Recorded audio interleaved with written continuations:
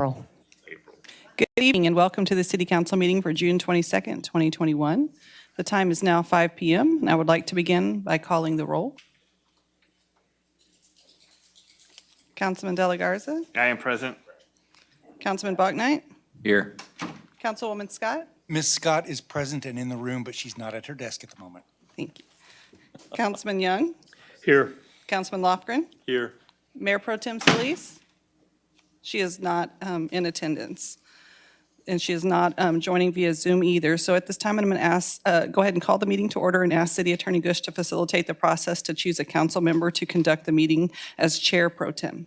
Just a quick reminder, for those who may not have been online last night for our meeting, when neither the mayor nor the mayor pro tem is present, we need to nominate a member of council to run the meeting. That nomination lasts only for the duration of that meeting, so we have to do it again tonight. So I'll open the floor for nominations for a chairman pro tem to run the meeting tonight. Can I nominate Jeff Bachnight? That's a nomination for Mr. Bachnight. Mr. Bachnight, do you accept? Yes, please. Are there any other nominations? Are there any other nominations? Are there any other nominations? All those in favor of Mr. Bachnight running the meeting this evening, say aye. Aye. Any opposed? It's your meeting, Mr. Bachnight. Thank you. Will y'all please join me in the Pledge of Allegiance? I pledge allegiance to the flag of the United States of America and to the republic for which it stands, one nation under God, indivisible, with liberty and justice for all. At this time, we will take a moment of silence to allow each member of the City Council and those in attendance to prepare their hearts and minds to appropriately do the business of our city.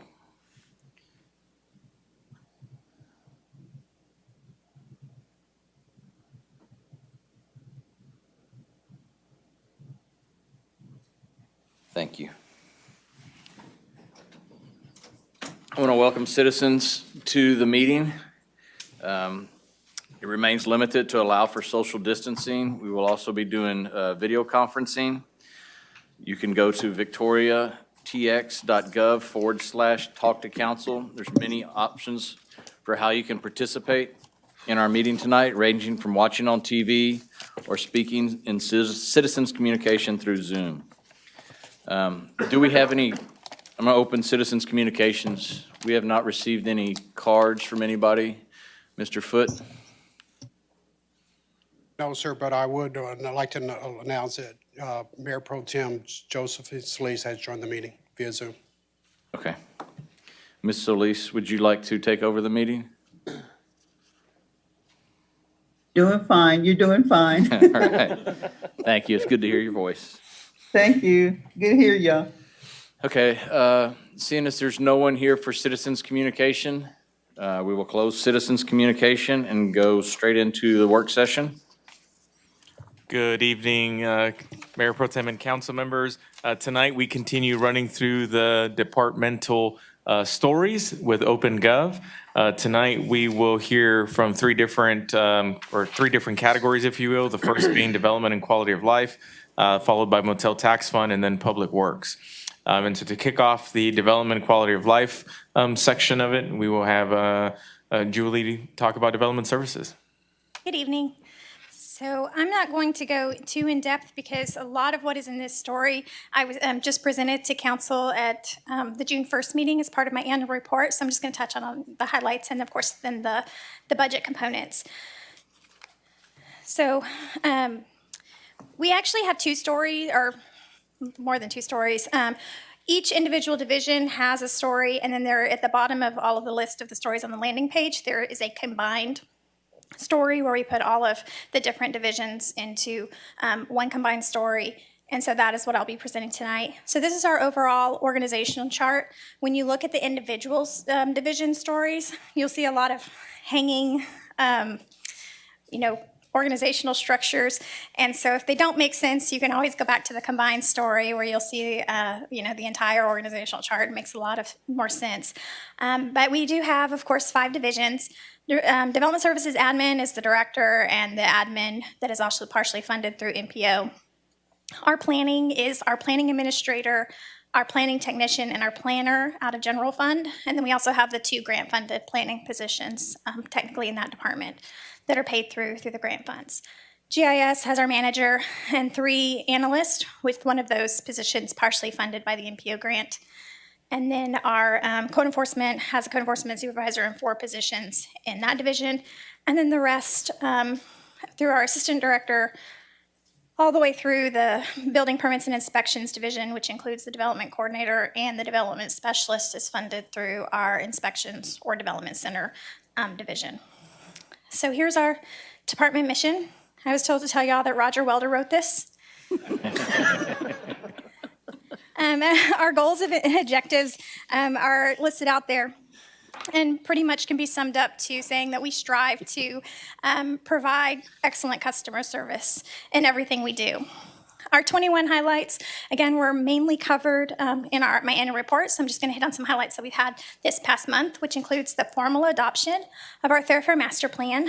And then also, I want to recognize Corey Mullins, one of our inspectors who earned his state plumbing inspector license this month. And then also Rick Madrid, who was appointed to the International Code Council Residential Energy Code Development Committee, which is a really big deal. That is one of 48 individuals nationwide, and he was appointed to that committee. So those are some highlights. The next we get into our metrics, which again, I won't get into actually a lot of the specifics because I just presented them, but I did want to highlight all the things that OpenGov can do. If you click on this, click to explore data, it'll open a new window and give you these tables that you can, manipulate any way you want, tell you the different metrics that we use, plats, pre-development meetings. You can sort them, you can click on them. I was playing with it earlier and found I clicked on a line and then got nervous because I didn't know how to get it back. And so you can clear out the filters. I figured out how to do that. And then, of course, they're in table format, so you can compare year over year. So as a reminder, our fiscal year 21 is year to date. I have updated the planning and the code enforcement to today's fiscal year through today. Our inspections division is through the June 1st date, and then our GIS division actually is from when I put in the budget, but all of these year-to-date numbers will be updated when we publish the August version, and then we will make sure that the full fiscal year will be updated after October 1st.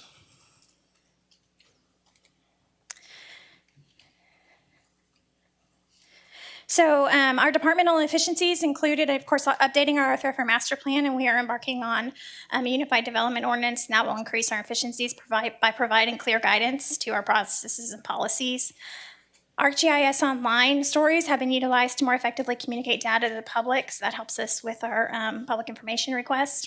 Of course, we've implemented InterGov updates and updated the Citizen Access Portal to the Customer Self-Service Portal, which again allows people to apply for permits online easier, and then also provides a much easier way to receive or gain that public information. We also have referred owners of substandard buildings to CDBG when eligible, instead of not allowing them if the building had been tagged by code enforcement. We've divided our duties between the nuisance abatement and substandard structures in an effort to kind of combat that broken window theory and try and tackle those nuisances that bring down a neighborhood, which hopefully will result in less nuisances in the future. And then we've eliminated a second review of title searches by our legal department, since, of course, we're hiring a title company to perform those title searches for us. Our 22 new programs and initiatives is just continue our implementation, of InterGov, continue our division of duties, and then we have 2 big projects that we are embarking that actually aren't reflected in this budget. We will be performing a demographic study that is budgeted out of MPO funds, and then we will be embarking on the Unified Development Ordinance. We're currently going through the procurement process for that and expect a contract counsel by the end of this fiscal year. So that's going to be our 2 very large work items. And that demographic study, of course, will be used later on to update our travel demand model. So getting into the budget, this is just an overshot of the 5 different divisions in this combined story. And you can play with the different percentages and such. And then here is the details of our budget. As just a reminder, we also have budgeted the MPO and the CDBG funds that aren't reflected in this story. For those of you that may or may not know, our MPO is budgeted through the MPO Policy Board through a document we call the UPWP, the Unified Planning Work Program, and that is always approved either in May or June. So that has been approved and put on the website, and then we will be working on a story for that. And then, of course, the Community Development Block Grant budget is budgeted through our annual action plan, which I gave a presentation of our recommendation on the June 1st meeting, and that will come back to council for approval in August. So the budget is relatively flat except for our personnel cost. You'll see that that will be going up 4.5%, completely related to the compensation study. Our maintenance and operations going down a little bit. We are reducing our travel and training, mainly because ICC is allowing us to proctor those exams on site instead of having to send our inspectors elsewhere. So that's a huge reduction in the travel and training. And then we have an increase in our advertising and publications and our public relations in preparation of hosting meetings for our Unified Development Ordinance. But overall, that is a decrease in our maintenance and operations. And then our capital outlay is budgeted $13,500, and that's for two items. One is flooring for $4,500 in our code enforcement office. It has carpet in there now, and on a very warm, humid day, it has traces of a locker room smell, so hopefully new flooring will take care of that for us. And then the other big expense is a $9,000 GPS Trimble unit for our GIS division. Those are the units where when we have like a new subdivision, field staff will go out and actually GPS every manhole, every water meter, and then put that into your GIS, and that's why we have such an excellent and accurate GIS system. So here's different breakdown of the expenses. As you see over the years, personnel is our largest expense. And then here is our revenue. As you can see, we are budgeting about a 4.5% increase in our building permit and license activity. And that you can, if you look at our and dig into our metrics, you will see we've had an uptick in development activity, and so that's kind of a continuation of that uptick, that budget increase in our revenue. And with that, I'd be happy to answer any questions.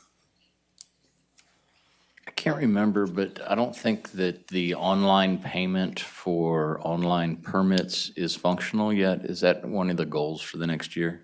Yes, I believe it was functional. Okay. But we do have a bit of a problem with Persolvent dropping out, even in the office. So I will check on that and make sure that we've been steadily functional, but it's kind of in and out. So that, yes, All right.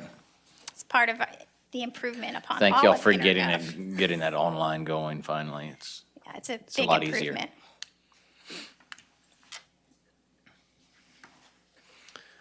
Thank you. Thanks, Julie. So next up, Jason will tag team Parks and Rec with Rolando, I believe. Yes, sir. Good evening, everybody. Good evening, Jason. Appreciate it. Thank you. Yes. It is a good evening now. Thank you. Good evening, Jason. Good evening, Mayor Pro Tem. Well, just wanted to take a really quick minute to touch on Parks and Recreation. Really long description, but the department is responsible for the overall maintenance and appearance of the park system and recreational offerings for the city. We have over 900 acres of parkland, 16 parks, 19 ball fields, 4.5 miles of riverfront parkland, as well as 9 miles of trails, in addition to all that other verbiage that you have in there. Some of the daily responsibilities range from general maintenance and repairs of facilities and amenities to maintaining the overall landscaping of the parks, to supporting conservation and stewardship of land, water, and natural resources. And then, of course, the Recreation Division is responsible for 12 different sports leagues, hosting athletic tournaments, special events, recreation programs, and, of course, the TAF Winter Games for the next 3 years. Our organizational chart didn't fit all the way on the screen, but our organizational chart for Parks and Recreation We have the assistant director, the park superintendent, the recreation services manager, and the administrative assistants that report to both the assistant director and myself. One of the things that we're looking at is, of course, Cheryl mentioned this earlier, is we have a fairly decent amount of folks who are in retirement age. And so we're looking at trying to figure out how we can combine maybe potentially some of these positions and create more efficiency throughout the department, as well as trying to also maybe put in a sports tourism piece as well. And so without any kind of additions or anything like that, that's something that we'll be looking at and exploring in the very near future. The department mission, the mission of the Parks and Rec Department is to improve the quality of life for Victoria citizens by providing a comprehensive system of parks, recreation, and cultural programs, encouraging health, fitness, relaxation, and cultural enrichment, as well as providing opportunities for conservation, education, and community involvement. Some of the goals and objectives that we have really tie into the 2035 comp plan. Of course, we want to provide a high-quality park system through routine maintenance. We also want to increase the recreation opportunities for the community, but we also wanted to include the 2035 comp plan because we feel like there's a good portion of this that we're currently doing and that we're making effort into to meet those goals. For instance, the Parks Master Plan is in there, revitalizing existing parks. That's going to touch on some of this budget later on, and obviously increase sports tourism through TAF Winter Games. Some of the 2020 highlights, I'm not going to read them all. I'll just hit on some of the ones that I think are really important to verbalize. But we did complete the Evergreen Cemetery mapping and GIS this past year. We also successfully hosted 28 tournaments in 2020, which is a really big ordeal because of COVID, right? So we increased that by 4 tournaments total, so that's a plus. We also implemented COVID-friendly events such as the Halloween drive-through event and the reverse Christmas parade. We also started the Riverside soccer field complex, and we're actually have Fielder's Choice on site this week, trying to wrap that up.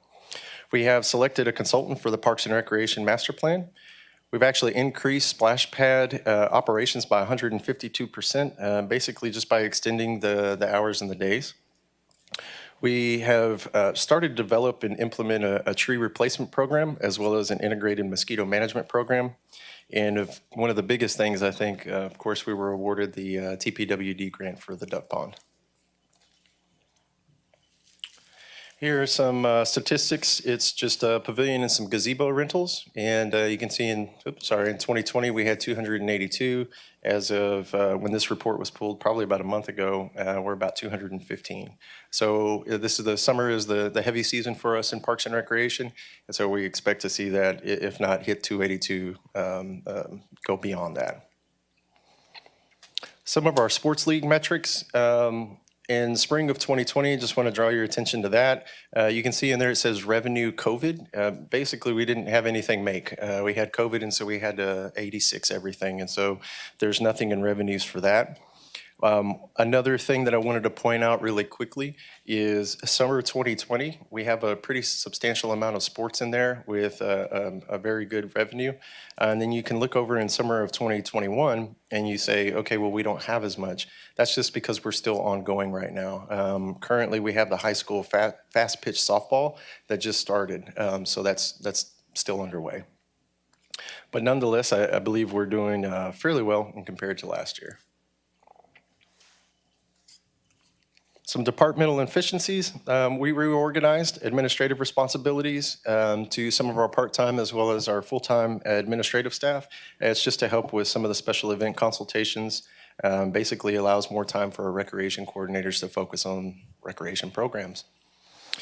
We do have new mosquito sprayers. They did increase our operational efficiencies. It really helped out with paperwork on the employee side. We implemented the larvicide program that does help, because if we can knock those out when they're babies, we don't have to worry about them when they're adults. So we also installed, or in the process of installing, 5 new gates throughout Riverside Park. That's to help with the flooding and really try to keep as many businesses open as we can while keeping the park secure and closed down in a safe manner whenever we do have flooding. And then the last one that I wanted to point out was that we have increased training and responsibility for the part-time recreation staff to help facilitate some of the leagues that we have currently taking place. Some of the 2022 new programs and initiatives, Riverside Stadium is actually going to be celebrating its 75th birthday or anniversary, if you will, this upcoming year. And so that's something that we want to take advantage of. And so we'll be looking at doing something with that. Of course, the redesign, we have a redesign and investment in Queen City Park. I think that's something that we need to verbalize. I think that's it's really, really great thing that we're doing. Of course, launching new events such as the bike rodeo and the family fish out. We're reestablishing the Tree City USA program, so we're working with the Parks and Recreation Commission on that as well. And really collaborating with community partners and trying to bring on new events and collaborate with the Southside Coalitions and others. Some of the budget highlights that you'll see are the personnel and benefits. They're going to include $176,000 for the phase 2 of the comp plan. The supplies did increase by $45,000. That's mainly due to fuel, chemicals, and herbicide. What we wanted to do is include the soccer fields into that. This past year, we didn't have it budgeted, and so we wanted to make sure that funding was included in this year's budget. So you'll see a fairly significant increase in that line item. We also have a maintenance increase, $7,000, mainly due to some software maintenance and structural maintenance. Contractual services increased by $6,000. Mainly due to some additional cell phones and a request of some rental equipment. We had some minor decreases in other charges. Interdepartmental increase was $110,000. This included $96.5 thousand in one-time funds for vehicle replacements. So that was where a good chunk of that went. And then capital expenditures are budgeted at $256,000. We have a plethora of things, but the biggest, I think, that comes out of that 256 is $160,000 for Ted B. Reed Park. It's for a new playscape over there. In addition to that, we do have 2 acres of the soccer field complex that we're looking at to extend just the area to allow for, whatever we decide to do, whether that's, extending the fields or allowing a place for families to rest and relax. Of course, we have the investment of the Queen City Park. We're looking at putting in a pavilion over there and helping out with that park. And then on the recreation side, we do have a Halloween that we want to budget for and some partnered events as well. So just getting down to the budget itself, I mean, you can see where some of these had increased. Overall, we're looking at about a 6.8% increase to the overall budget. Again, a good chunk of that, $176,000, was for the personnel and the benefits. Here's our expenses, and better yet, revenues versus expenses. Our department staffing level stayed the same, as I mentioned earlier. And here's the recommended list for this year. Again, vehicles was part of that. Lease program or the vehicles for the lease program, and then equipment was part of that. The land, as I mentioned, for the soccer field, the 2 acres. And then the other structures in the capital outlay that I previously mentioned as well.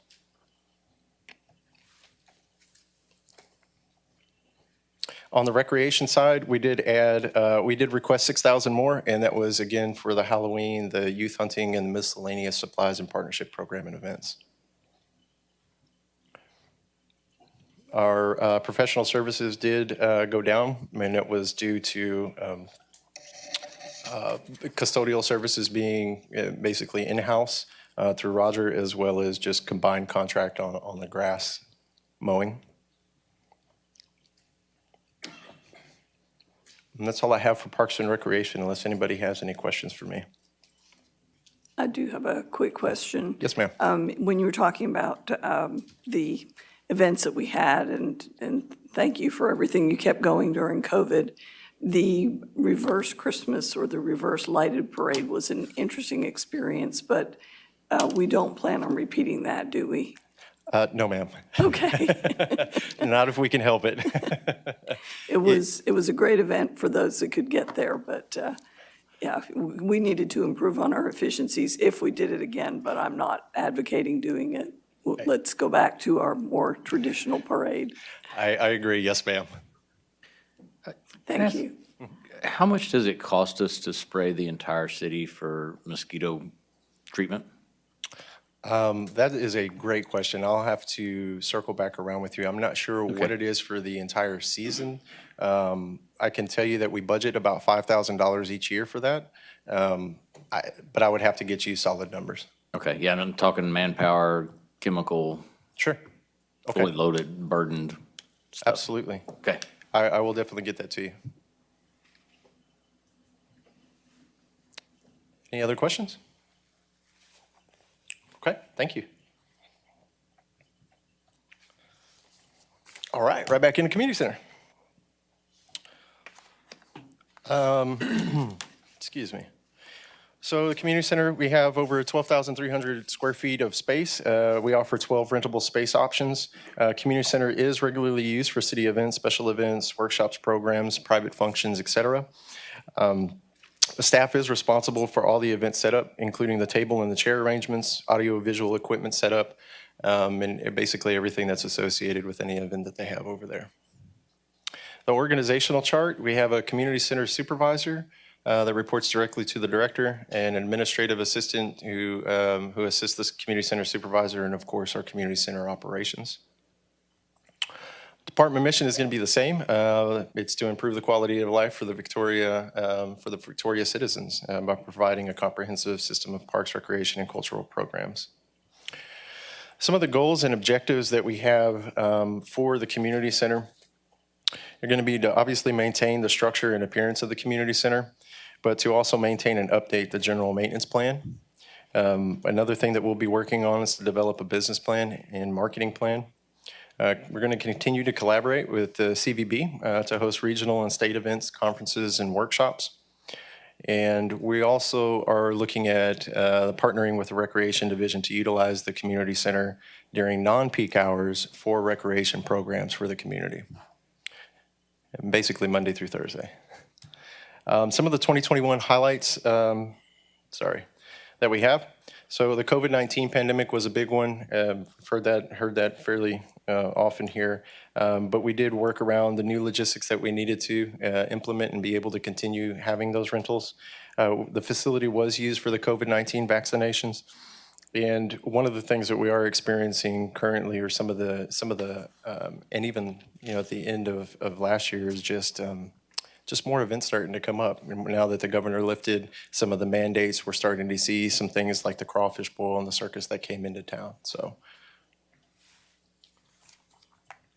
some performance metrics that we have, you can see back in 2019, we had about 216 rentals. Just in 2020, we only had about 76 or so, and currently we have roughly 126. So again, starting to see that increase again. Some departmental efficiencies that we have. Roger, you didn't write this, but he did mention this last time that we do have backup generators. So they were installed, and we're just waiting for them to be able to flip the switch and get them running. Thank you, Roger, for that. We are working with the CVB to include larger events on the community calendar as well. So trying to make a one-stop shop for everybody.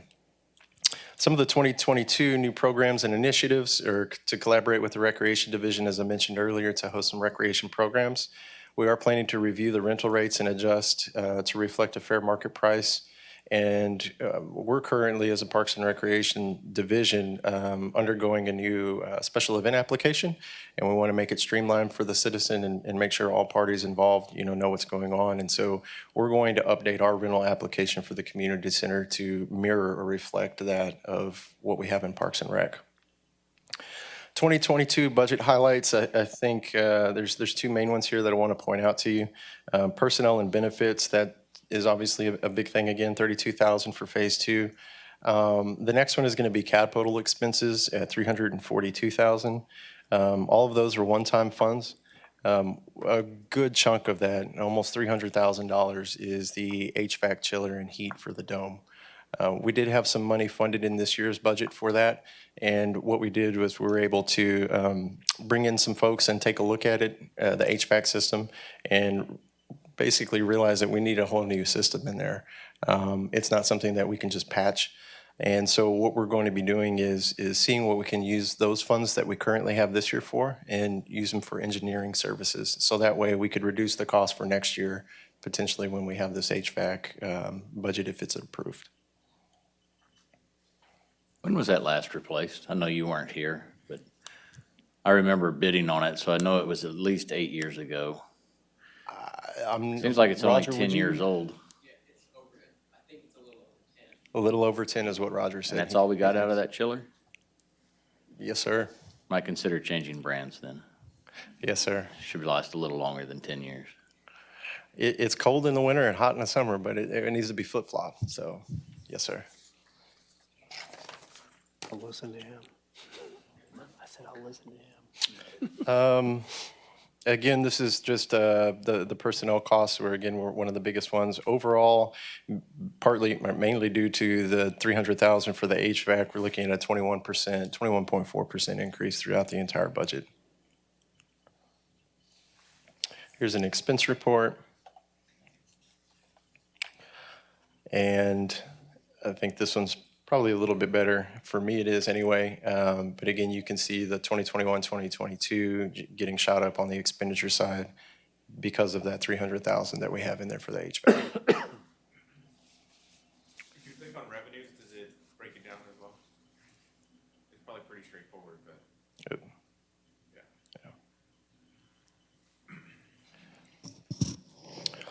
Full-time staffing, again, that's pretty much going to stay the same. We are looking at that sports tourism piece, so that may, while it won't take anything from here, it could change as far as a job description in the full-time staffing list. And then again, just the amount recommended. Wanted to show this to you. The HVAC in there is $45,000 for the dome heat replacement, and then $250,000 that we have for the HVAC chillers. In total, about $295,000. We do have some security cameras in there, computer hardware. Oh, I'm sorry, projector screen for the annex. And if you have any questions, I'll be happy to answer. Okay, thank you. Thank you. Good evening, everyone. Rolando Hernandez with the Riverside Golf Course. I'm our head golf pro. Going to do the same thing, run through our story here to let you guys know what we got going on for this year. Kind of quick little breakdown and reminder. We city took over the golf course in 2017. Obviously, has always owned the property, but took over the operation in 2017, summer of 2017. So we're still a few years into the project, but things are going really well. Still kind of same goal in mind, trying to provide a well-conditioned golf course, something that's enjoyable, but still a fair price and a good value for our community. Definitely want to be part of that, enhancing the community, enhancing livability for the community. So still a big part for us. Organization chart, no real change here. We are working on adding a lead mechanic. We do have our mechanic that is retiring actually this month, actually in a few days. So we will be replacing them, looking to have that position take a little bit more responsibility as a lead mechanic. Helps with just overall repairs to mowers and equipment, not having to always call out the manufacturer to come and do it. It can be cheaper and done just as well in-house. Obviously having to order parts and those kind of things, but with a proper lead mechanic, we can take care of a lot of things in-house and being able to save some money in the budget as well. Other parts of it pretty simple and straightforward. Clubhouse staff, I operate with all part-time staff on my end. Our superintendent does have a crew of 8 others that would all be full-time guys that help take care of the golf course, mow, and all those things for care of the golf course. How does that benchmark with the other golf courses in town for the personnel to maintain the golf course? Probably pretty close. I'd imagine everybody's somewhere in that 8 to 10 personnel range. I'd like to think that they have more, but it's going to go back to budgets. They have less. They have less, depending on budgets and their care traffic. Man, it could be all over the board. I had 12 at my golf course in San Antonio, so it can go up and down. It's going to be purely based on budget, how many hands you can actually afford. We would definitely take more if we could get them, but something that we'll be working towards over these next bunch of years, trying to improve and increase that staff for more hands. One thing to keep in mind in comparing, if we go down the path of comparing, is the size of the golf course. Because our golf course, from a area standpoint, was designed to be, a 27-hole golf course. And so when we're looking at, the area that needs to be mowed, maintained, et cetera, just something to keep in mind when we're comparing ourselves to some of the other golf courses. Great point, thank you. Good Yeah, point. we're- Yeah, you got 5 extra holes. Right, we're carrying for almost 200 acres. Most golf courses are less than 100. I know mine in San Antonio was, I think, about 75 acres. So just the amount of space, even though it's not all purely manicured like fairways would be, it still takes time to mow and, debris, all those kind of things. There's still a lot of upkeep for that amount of area. Moving along, Department Mission would follow along, obviously, with Parks and Rec.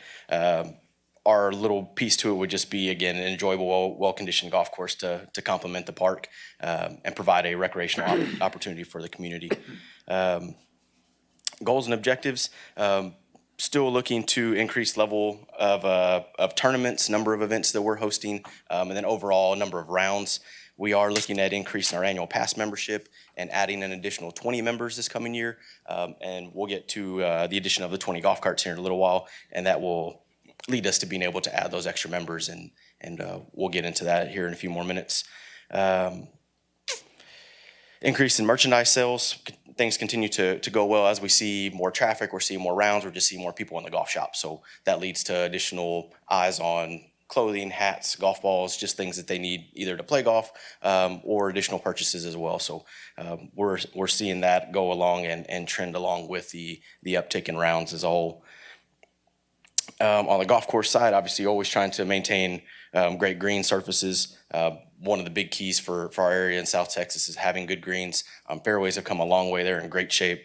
But overall, greens are definitely what we spend a lot of time on and make sure that we're focusing on.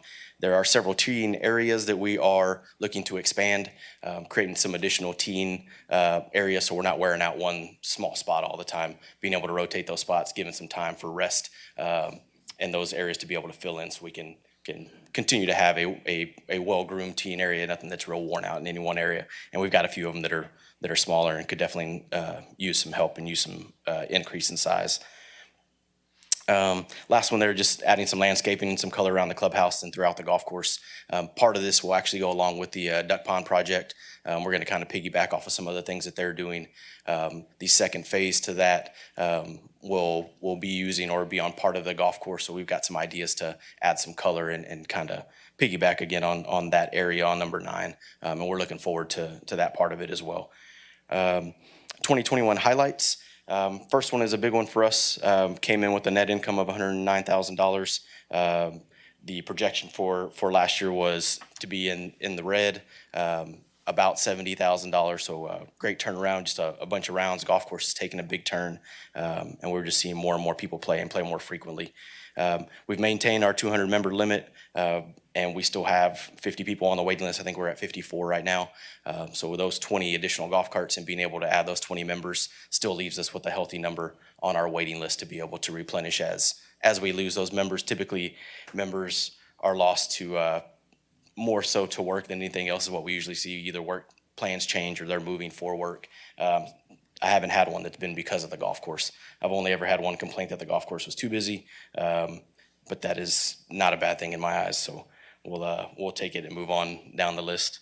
4,500 more rounds last year than projections. Again, goes to that net income and how we're seeing some good movement to the golf course as a whole. We were voted best of the best golf course for Victoria Advocate this past year. So another great little piece and an award for the golf course, not only for the staff in the clubhouse, but definitely for the guys outside that are working on the golf course and putting in the time to care and maintain the golf course. Really a big one for us was we got the irrigation pump station replaced this past year. That was in December.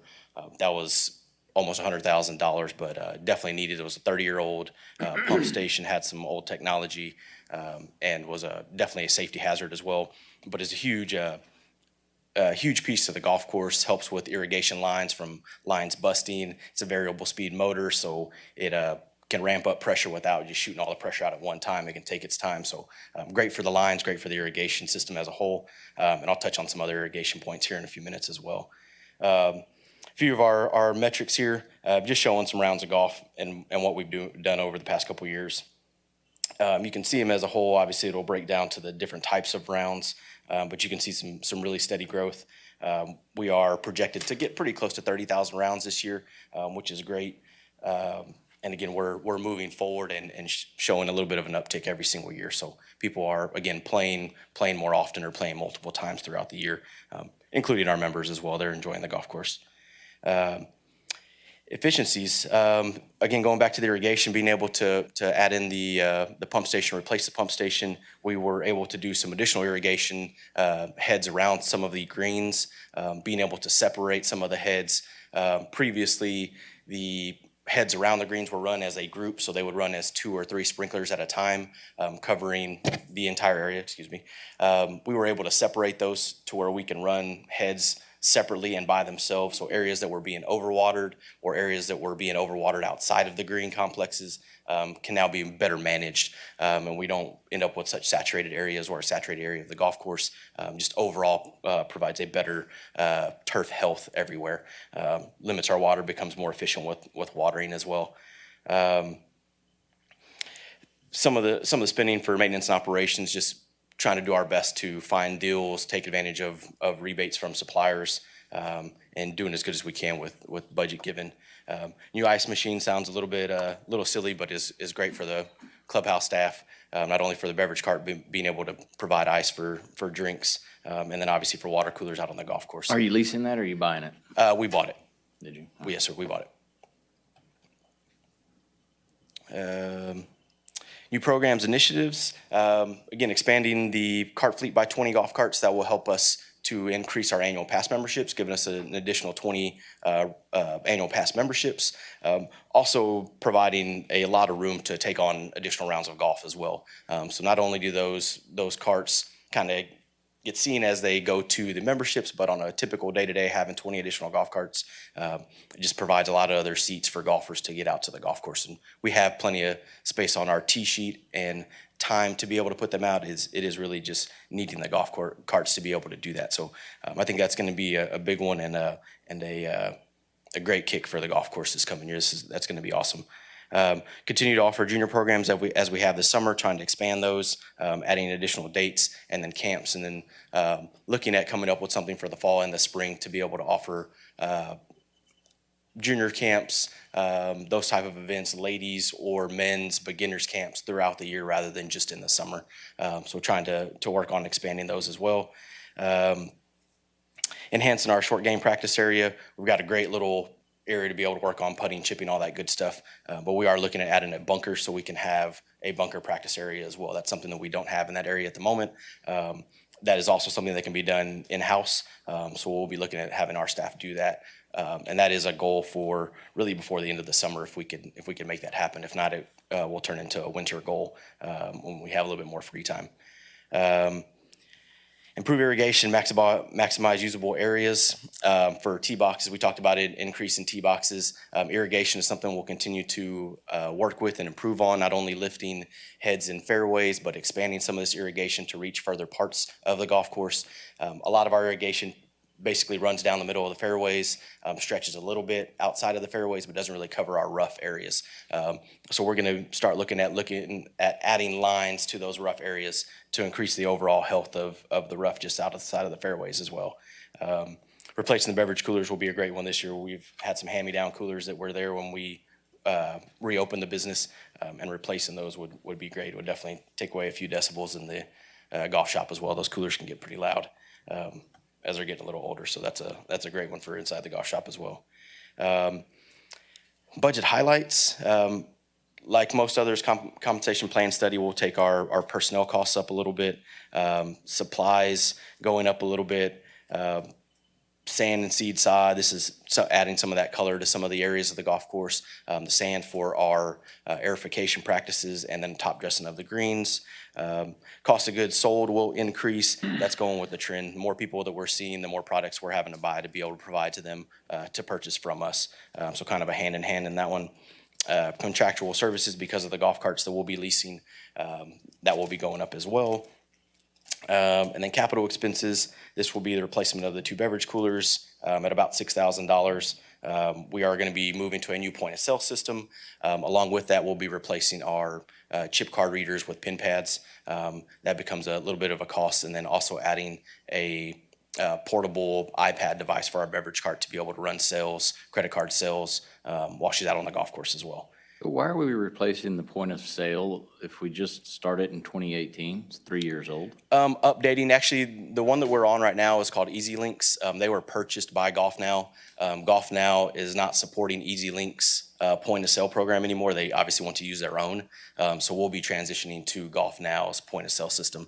Still cloud-based, still very simple to operate. Does provide some additional enhancements from the tee sheet, just a better setup, a lot of more communication, having emails and phone numbers through a profile. We can text or email people that are on our tee sheet. So say if it was a cart path only day, we could click on everybody on the tee sheet and send them a text or send them an email and say it's cart path only today, or golf course is closed because of the river, or we had an inch of rain, bring mosquito spray, whatever that message is. Provide some additional communication avenues as well. Yeah, it's just that we've only had it for 3 years is Yes, sir. my whole point behind it is Right. we should have a longer life cycle on that Correct. software. I hope GolfNow has a really good product.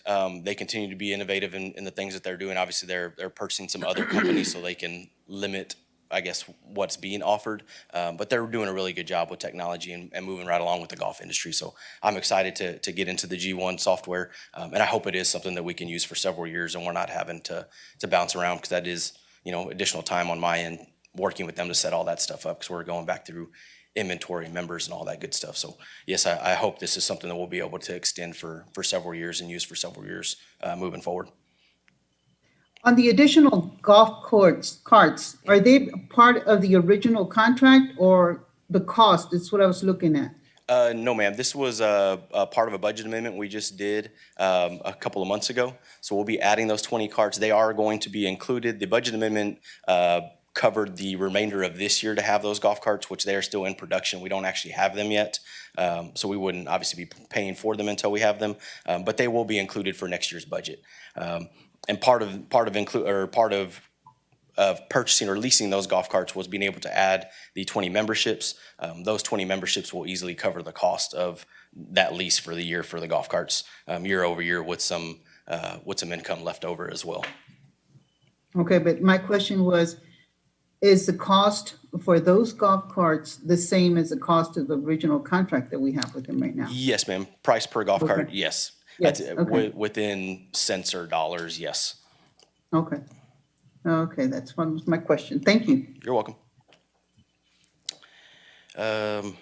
Running that down, some of the expenses, again, change in personnel costs from the compensation study. What else do we have here? Supplies, talk about sand and some of the seed and sod, adding some color to some of the areas. Contractual services, this goes back to the golf carts. Again, with Roger and those guys helping from building services, being able to take care of our janitorial services. We'll be saving some money in that category. Cost of goods, we talked about going up just with the current trend. And then the capital outlay items. So an increase of 5%, and a couple of chunks from some well-known areas. Again, personnel, the golf carts, and then those capital items is the bulk of what we're seeing from increase in expenses. Little visualization. If you guys were wanting to dig through these, again, they're all interactive that you guys can get to and see what's listed in there. Here's a good one that obviously wanting to get to. So just shows our expenses and revenues from the past year, what we started with this year, and then what our projections are for this year. So we're staying pretty well within range of our budget and our expenses, but revenues look great. If we continue on our same trend, we look to be in a very good spot by the end of the year. Again, making money, doing better than last year. Hopefully weather gives us a chance to do that, but we're seeing the same number of rounds, an increase in rounds obviously being open for April of this year as opposed to closed last year, but everything looking great. People are playing, they're enjoying the golf course, and we're seeing that from rounds of golf and then revenue as well. So an awesome one here, being able to show our revenues coming in and above our expenses. Definitely a way we'd like for the golf course to be able to operate. Again, another little breakdown of what we're looking at for revenues proposed for next year, and then what we're looking or projecting for this year, which again, all great positive movement moving forward, which is awesome. This is definitely what we want to see out of the golf course. Full-time staffing, no change here. I will say over the next few years, we will start looking and are already trying to look at adding some additional help to both areas. Not only looking for an assistant superintendent or trying to add that moving forward, but also an assistant or a full-time staff member for the golf shop as well, to help me not only with staff, but events and Can you those go things on a back day. a little bit? Can you go back a little Sure, bit? sure. To where we headed? Okay. Your revenues are 228, you expect 228,000 this year? Of a net income, yes, sir. And that's projected. There's definitely going to be some change, and based on weather, that can go up. Having some great weather, it could And your go up. expenses were 62,000 more, so your net income is going to be what? 62 from 228? Which one? The one right above it, the Oh, right. comparison. On the last one? There we go. So 240 less expenses. So we'll be looking at 1303 with expenses of 1062. What I want to know is I want to know what your net's going to be. That 240. 240. That 240. 240, Yes, sir. okay. Projected again. That would be that's for next year. Yeah. We're the project is We're projecting 243 for for next this year. So we're pretty close.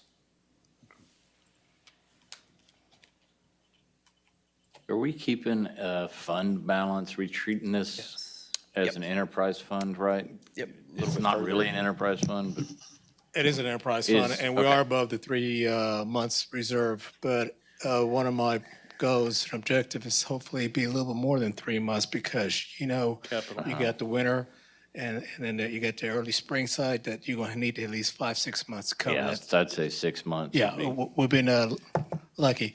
But yeah, that's our aim. There's heavy capital. Absolutely. Yeah. Right, and you may recall that when we presented the CIP, the Greens renovation actually scored high, right? And so this is one of those unique small funds. We're building up a cash balance, might help with offset some of these capital expenditures. Because ideally, we'd want it to be self-sufficient, not only operationally, but from a capital standpoint. I mean, that's the dream, right? Yep. For sure. So, yeah, I'd say leave it in there. Do we have any idea? That's where you're what headed. capital, we So have to the- replace this building or that building? or Well, the renovate- Greens renovation, y'all can correct me if I'm wrong, but the Greens renovation alone was like $600,000. It was like $1 million. It was closer to $1 Yes, million You're bucks. talking about $1 million. Over a 2-year period. For a 10-year period. But what about the buildings? 2-year period. What about the buildings are there? So we'll know What other more what other capital items Sure. need to be related to the golf course. related to the golf course? Yes. Yeah, that's a really good question. We've had conversations about going through, and it doesn't have to be super formal in terms of having to hire somebody or whatever, but just in terms of internally going through an exercise, with you and the public, but really trying to almost do a master plan for the golf course. Because one of the things that we often get feedback on, for example, is that for tournaments, there isn't necessarily a space for somebody to, have their lunch, after playing the tournament. And so we know that from the users of the golf course, they have some wants. And so it would be appropriate for us to at some point go through a process to say, okay, what are the wants of, the golf course, the users, all the stakeholders, what are our own? There might be opportunities for us to increase our revenue streams through the golf course if there was, say, a space that could be rented. And so that's forthcoming. May I add Go for it. something? But Council, you're you- challenged by the floodplain. Correct. Correct. Yeah. But just FYI, going back 3 or 4 years, one of the items we presented to you was a business plan. And one of the objectives of the business plan is to crawl, walk, and run Well, we're at the stage now, we started walking. And as you see, we didn't expect that huge bump right away, but now we're at a point now we got to reevaluate the whole situation. And I believe Park and Rolando have updated that business plan, and their next, and what they call it a business plan, which is one I started off with, but I also look like that's the master plan for that area. So there are other objectives that needs to be looked at, but as we look at those, like Mr. Garza mentioned, there's a revenue stream that we need to also attach to that as progressive through the deal and walk away through it. So yes, we're aware about the whole point of this whole conversation is that business plan was a crawl. Now we're going to walk, and then hopefully we start running. Well, I'm impressed because I was skeptical when we took it over, and y'all done a I was fully aware. fantastic job. Appreciate it. So was I. Thank you. You're welcome. Moving right along, sticking to our, I'm sorry. Sorry, go ahead. Would somebody make a note? I want to talk to somebody about the capital improvements plan itself. I'm finding that whole thing that you're talking about in '23 and not in '22. So I don't know if I don't have the most. What whole recent- thing are you referring to? The greens improvements. That's correct. That's correct. It's in '23. It's in '23. Yeah, not '22. What they were mentioning is down the road when they present the 5-year, I'm sorry, Mr. Garza, you were going to jump in. No, go for it. Okay. You weren't here yesterday. You got to make up for it. Okay, I appreciate that. You know, it's like, well, y'all did great last night, and feels like I shouldn't even be here anymore, but. Okay, I think I probably tucked out of that conversation and back in. No, you could have implied that it's next year's, but no, one of the part of the whole representation of the CIP, it's within that 5-year time frame, and the golf is under 23, I believe, and 24. Okay. Yeah. Thank you. And because it's a living, breathing document, once we actually go into the specifics of the 2023 edition of the CIP program, hopefully at that time frame we'll have, some reserves where, what we currently have in the program isn't fully dependent on the way that we envision it now, right? So hopefully that continues to increase. Good, keep going. Sticking with staffing numbers, again, something that we'll work on and continue to work on to look for some extra help and hands as we move forward. Again, building our revenue and being able to assume some of those expenses moving forward. So it's some of the things, and you can see here, things that were requested and at the moment not recommended, but again, things that we'll be working towards. Few of the capital improvements that we'll be doing, the coolers, point of sale system, hardware, and then toilet urinals and sinks for our pro shop building. So being able to update those and get some of those areas cleaned up as well. Small tools and supplies. This again goes along with some of the traffic that we've seen. We're having to buy more just typical stuff, toilet paper, paper towels, those kind of things for all areas of the golf course as we see increased traffic. Beer purchases going up, again, current trend. Food is actually going back down, and we'll keep an eye on that one. That one's kind of one that fluctuates along with our golf tournaments as well. Merchandise, again, moving back up as we've seen more traffic. We're seeing more people purchase things out of the golf course, not only just golf balls and gloves, but apparel and hats, headwear, that kind of stuff as well. Software maintenance actually will be staying the same as this year. Educational development, all that stuff, all still good and rocking moving forward. Other small tools staying pretty close to the same. Chemical budget still staying the same. We've been able to squeeze a lot of things out of this budget, and Superintendent's done a great job managing his budget and being able to do the things he has with the golf course. So we'll keep him where he's at and try to keep him on his toes. That looks like about it for ours. Thank you. Thank you, guys. Next, we have Mrs. Williams. No, so next Nope. we're actually going to have, there you go. Other Williams. Yes, you threw me off. You kept it short, so you gotta say the full last name to differentiate. All right, good evening. Good evening. Council. So in providing your overview this evening on the budget for fiscal year 22 2. I'm also going to give you just a brief overview of Victoria Public Library first.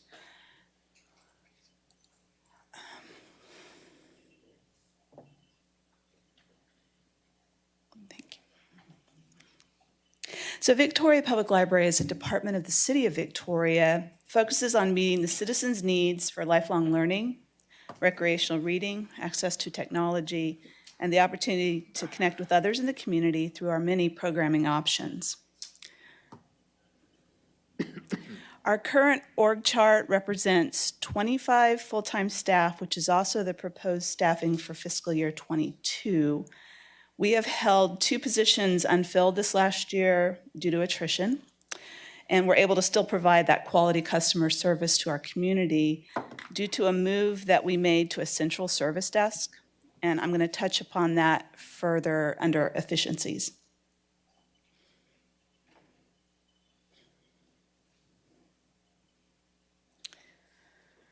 Was that the new carpet? Yes, it is. Beautiful picture from our communications department. Thank you very much to Shane Blucher. So our mission is to focus on serving the citizens of all ages with a variety of daily activities and services that support quality of life and community livability goal for the City of Victoria's comprehensive plan. Since I recently presented my annual report back just a few weeks ago, I'm going to skip over library goals, 2021 highlights and performance metrics, and give you the opportunity to review these as you need. But they are also included in my story.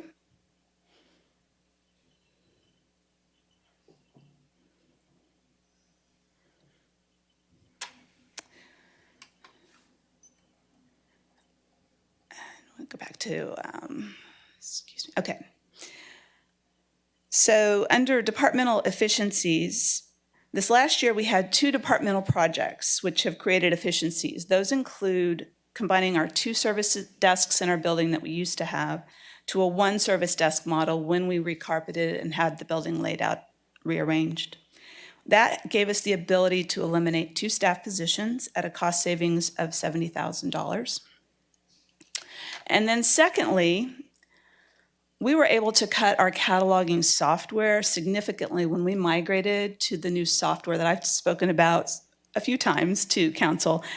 And that new software that we migrated to made the cataloging process much simpler, so we didn't have to have that additional piece of software, and we're able to cut that from our budget as well.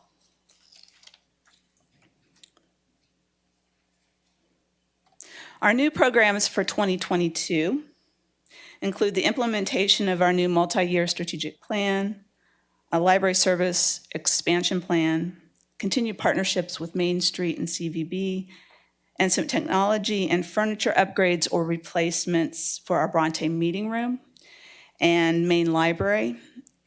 So technology and furniture upgrades are reflected in the proposed budget. I'm going to cover that as well.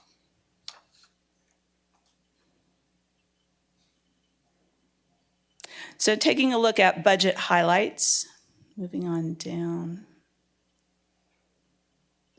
So our budget highlights for fiscal year '22 include a $92,000 cost for phase 2 of the comp plan with a $70,000 reduction created by the elimination of 2 staff positions, which was made possible by that move to the 1 service desk. There, personnel costs. And then there was a $36,000 reduction in maintenance since we didn't have any fees associated with the software migration. So you see that under the maintenance line, the $36,129. And then our contractual services line, also it decreased by a little over $14,000, and that was due to the E-rate discounted internet that we receive now. I got a question. On the Yeah. personnel costs, Yes. in your budget highlights, you have 92,000 increase and a reduction of 70,000. Slow sometimes on math, but I think that's $22,000 increase net.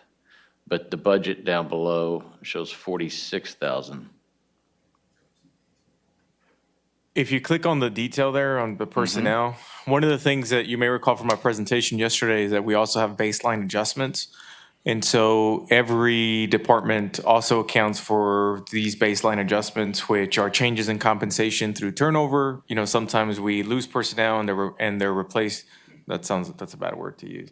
The new hire is at a different pay scale than the position was before. That happens more often than you might think because of just differences in experience or just things of that sort. So baseline adjustments are something that you hear talked about every year as part of every departmental budget. And so that's why in this particular case, the math probably doesn't work out exactly the same because there were some other baseline adjustments that took place during the year as well. But we're talking about next year.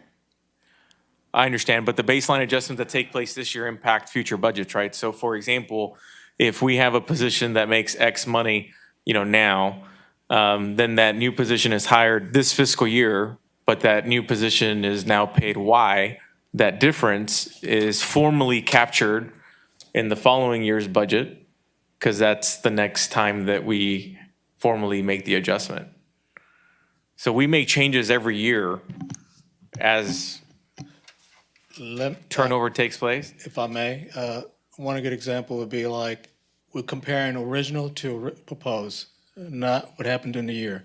So for example, at the original budget of last year, you had an individual, we budgeted at $30,000 turnkey. That individual might have been here 10 years, whatever, and decides to leave. Now we budget that person for entry level, maybe at $20,000. That $10,000 delta doesn't show up in 2021.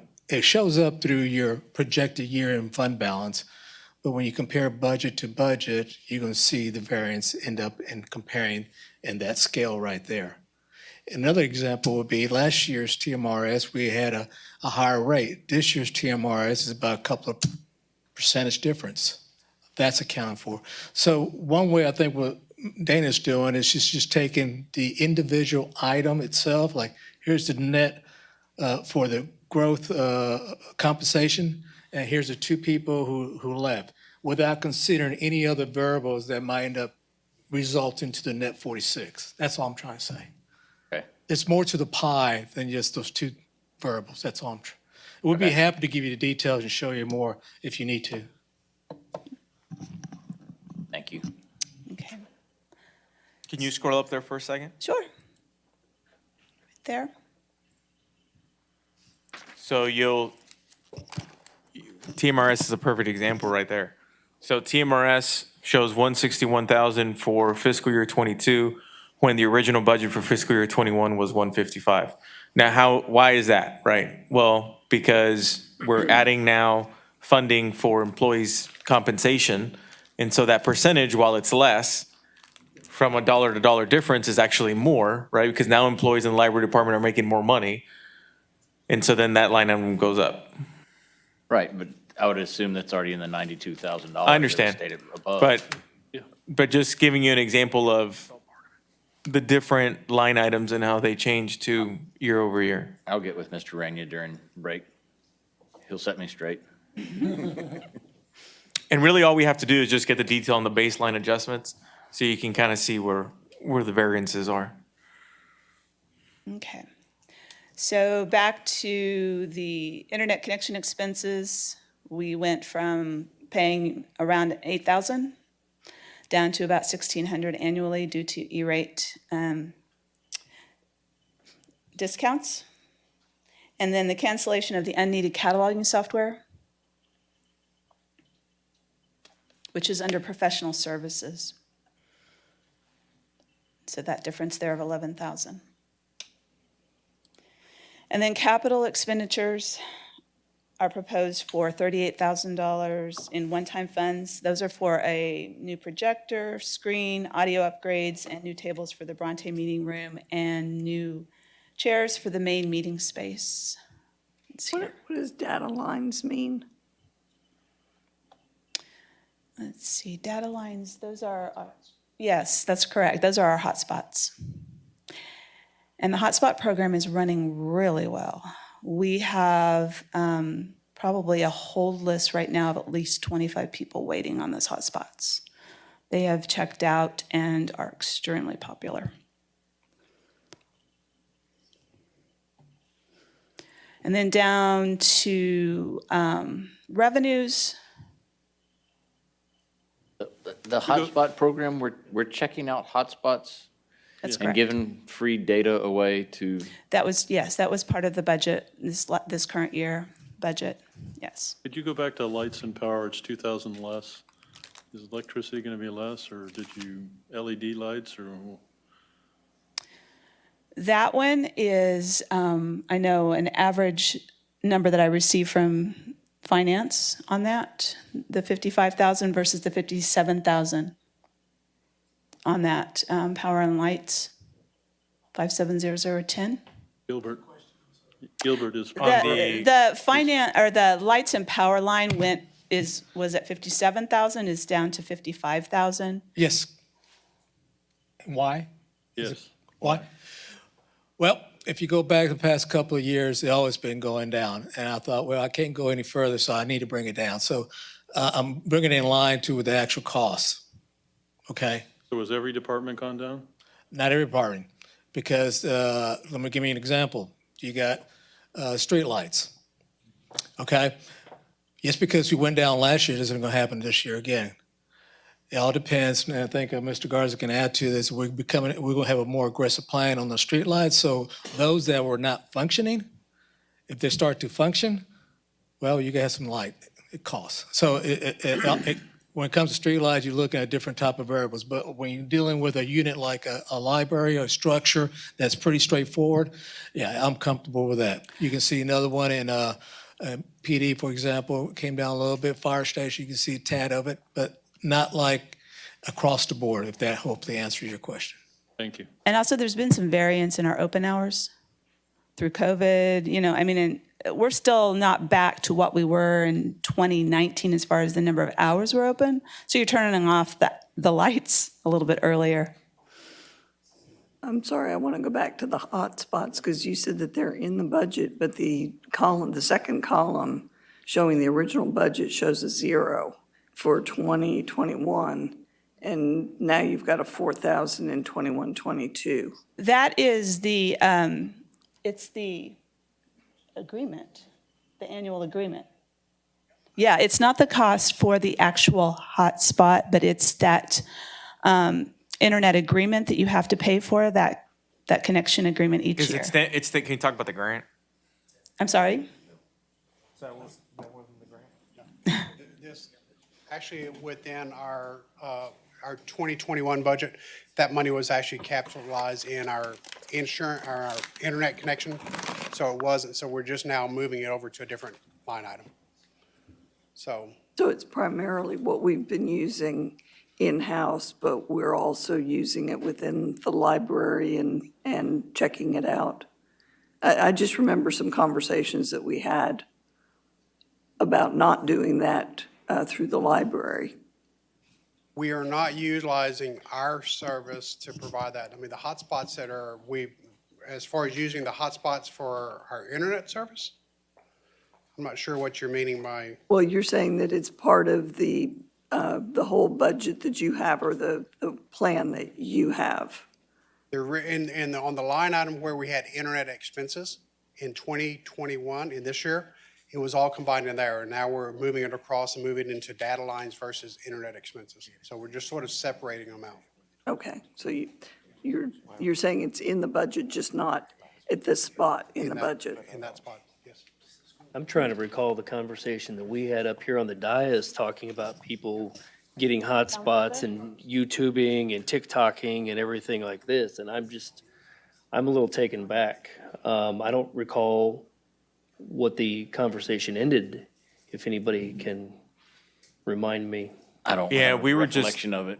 Yeah, we were just kind of side chatting about it. Our recollection of it was that there were some questions surrounding the program when it was presented last year as part of fiscal year 21, and there were some concerns that were brought up. And we took the position that if those concerns were mitigated, that, it would be fine. So they stayed in the budget, and when the budget was approved, they just stayed that way. Like, and how I long don't know can if you check one James- out? I'm sorry? How long can you check one out? Currently, we check them out for 3 weeks, the same as the materials. And if they do not return them, they get turned off immediately. So there, we have the control on it, where we control like the access. And we just started this probably in April, May. It's been a very short period of time, so we're still evaluating that checkout period. And then they also fall under the filtering process that we follow, which is called SEPA. So we're required as a library to filter those hotspots as well. And so that's what limits the access to some of the things that you had brought up. Okay, so no dark web or anything of that nature. Correct. And how many units do we have? We have 10. 10. Yes. And you have a wait list? Yes, we do. Yeah. So that's why you're going to evaluate whether 3 weeks is too long? Right. It seems like so- if you need emergency internet service, I could see it, but 3 weeks isn't an emergency. Yeah, we had no expectation of how it was going to take off, and it has taken off. It's pretty popular. Well, I'd love free internet too, so. Nothing's free. I know. Okay, and then moving down to revenues. The revenues for the library is the fees, fines, and printing, and we do not foresee any changes in those revenues. We're not proposing any increases in fiscal year '22. So that is what our revenues work out to, kind of averaging out. They are pretty variable depending on, how many fines you're bringing in or how many materials are damaged throughout a year and are paid for throughout the year. And then printing. And then just a repeat of our staffing level. And recommended, not recommended list. And that wraps up the presentation for the VPL budget for '22. Any questions? No, thank you. You're welcome.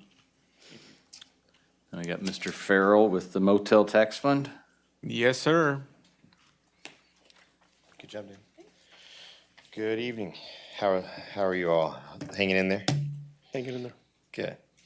We'll quickly go through the Motel Tax Fund. This is going to be more of an overarching conversation about the fund itself, and then Joel and Danielle will provide more context on some of the more specific uses of this funding. As you're all familiar, the Motel Tax Fund is a special revenue fund funded by 7% of the 13% hotel occupancy tax charged on every room night stay of less than 30 days that cost more than $2 in the city. I always like to throw that more than $2 thing in there, but so as you know, I don't necessarily need to read the mission on this, though I should have had Roger write a better one. So from the highlights, we have been able to fund the programs that we committed $135,000 to previously. One recommendation or one change that'll come with that this year is the intent to be able to sort of accept that we have a stable fund balance enough. The ending fund balance from this proposed budget is about $2.3 million. So we're confident that we can give away $135,000 in the grant program and not need to worry about collections for the coming year. The money we're giving is a previous year. We can make that commitment to our two organizations, which is a big leap forward for that program. Thank you, Mr. Rainier. Setting aside Setting up that fund a number of years ago. And we will continue setting aside that 20%. I noticed that. So we will continue setting aside that 20% as well. That'll continue that fund balance going. So although in this year, in the highlights that are coming, you'll see an increase to contractual services. Those are just sort of keeping up with some of the pricing that's going up on some of the contracts that we used to serve in that. The transfers is the bigger area where you'll see the increase. That is consistent with what Jason told you about for the community center upgrades with the chillers, and there's some sound improvements in the dome and some other things going on at the community center. There's also capital expenditures at $125,000. Those are a one-time expense that will be used again in celebration of the 75th anniversary of Riverside Stadium for some improvements in locker rooms and lighting, as well as lighting at some of the other sports complexes.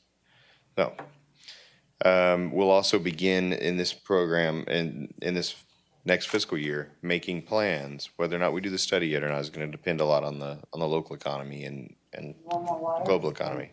I got some. But we'll begin making plans for how to take steps and take advantage of House Bill 4103, which gave us the incentives to build a hotel convention center project through a partnership. So, And Derek, really quickly, if you don't mind, going to the topic of Riverside Stadium and the 75th anniversary, we are exploring opportunities to go through more thorough assessments of the stadium. Because we recognize that the needs of the stadium might be much broader than even just the minor projects that we have included in the budget for next year. Quite frankly, we didn't realize that it would be the 75th until we had a staff meeting out at the park itself, and Jason brought it up, and we all kind of just looked at each other and realized, this is the perfect time for us to really look at the facility and have a great celebration on the 75th anniversary. And so we're looking more into that. And so there is a slight chance that over the next 6 months, we might come with a budget amendment of some kind, or at least have a conversation with you about maybe doing a few more projects at the park, simply just to really hone in on that celebration of 75 years that we think it'd be pretty cool to just almost kind of have a celebration for it. And what better way to do it than having a stadium that has all of its issues addressed as much as possible. So just full transparency there. The other element too that we're beginning to put some thought into is, of course, that in 2024, the city, of course, will celebrate 200 years. And so we know from our experience in the city of San Antonio being involved with the tricentennial celebration that San Antonio went under a few years ago, that's a process that starts years in advance. And so we envision working with the next mayor to start putting together a committee to start thinking about what that celebratory year would look like for us in 2024. And obviously that is something that would more than likely include and be involved with the motel tax dollars. I was wondering if we needed to have that as a goal and objective for this year's budget to start setting that aside. Yeah, we can absolutely add it, and we can even look at starting to add minimal resources for now, just for the planning part of it. Well, I would rather build up the cash over the next 3 years so that when we get to 24, there's a fund there that we can draw on. Okay. I like that too. Yeah, we can look at that. The way that other communities also go about the planning aspect of it is through fundraising as well, because really it's a community celebration, right? Not just a COV celebration. And so normally that would entail having a planning committee that would spearhead some fundraising efforts, seek sponsors, things of that sort. But obviously it would make sense for us to bring money to the table, right, when asking for sponsors and other things. So we can definitely take a deeper dive into that and start that process sooner rather than later. the only other thing not reflected in the numbers and the expenses in the budget that you see that are germane to conversations we've had is the potential relocation of the visitor center. We're still exploring all of the options available to us for that. And should we decide on an option, that'll come back to you for some consideration of fund balance or additional funds from other revenue sources. So going forward, you'll see kind of the addition of the capital expenses for Riverside Stadium, and everything else is pretty close to the same from before, except for that additional $250,000 for the community center improvements. Revenue, we do expect to increase beyond last year, just because of hotel stays and things that are coming back and returning to normal. And that's sort of the summary of the overview of the fund. And as I mentioned, Joel and Danielle will get into the more specific uses of some of these dollars. But I'll be happy to answer any questions you have related to the fund itself. Not for the fund, but are there any grant opportunities for Riverside Stadium? Rehabbing? Because of the age of the Potentially, stadium? we do plan on, I was gonna hit on it when we talk about next steps in the budget and the timeline, but we do plan on having a conversation with you about the recovery funds. Because of the sports tourism component attached to it. But we plan on having that conversation and all the projects that we received from some of you, projects that we received from the community. We plan to have that conversation in July. Because if there are projects that we could reach quick consensus on, then it makes sense to incorporate them formally into the budget when it's formally introduced to you again in August. And so in July, we plan on having a conversation around that.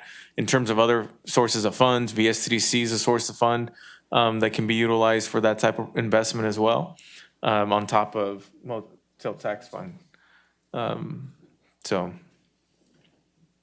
if we hook up the water system from the golf course, can we use golf course fund? No, it's all right. Okay. Well, thank you all. Thank you. Thank you, Mr. Farrell. Conventioner and Visitors Bureau, Mr. Novosad. Good evening, Council. Thank you very much for your time. I'm going to run down the Convention and Visitors Bureau story for this upcoming fiscal year and touch on a couple of successes from this past year. Our department description, we are one of the smaller departments in the city. The Convention and Visitors Bureau help both visitors and residents explore Victoria. We're funded by the hotel occupancy taxes.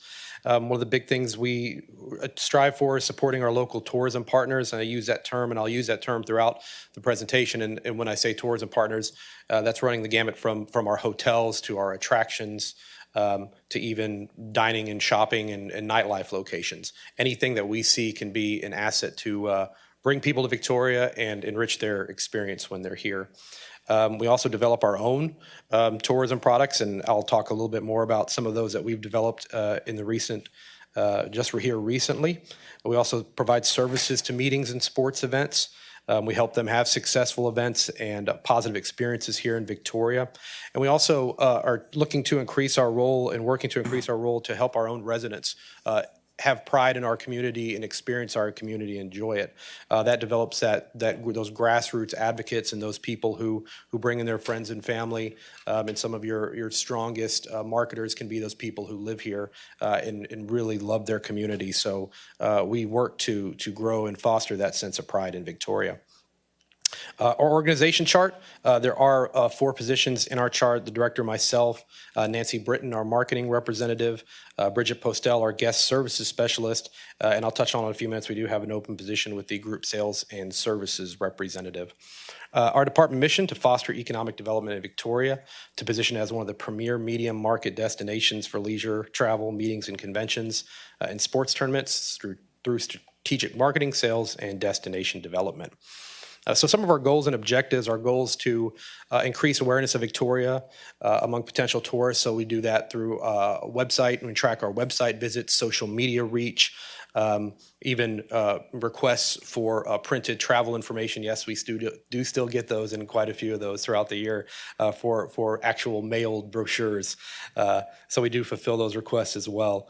Increase overnight hotel occupancy in Victoria from leisure travel. We're seeing events return in pretty stable fashion, and we are on par with getting special rates, working with our hotels to do our best to track who is coming out of town and attending our leisure events.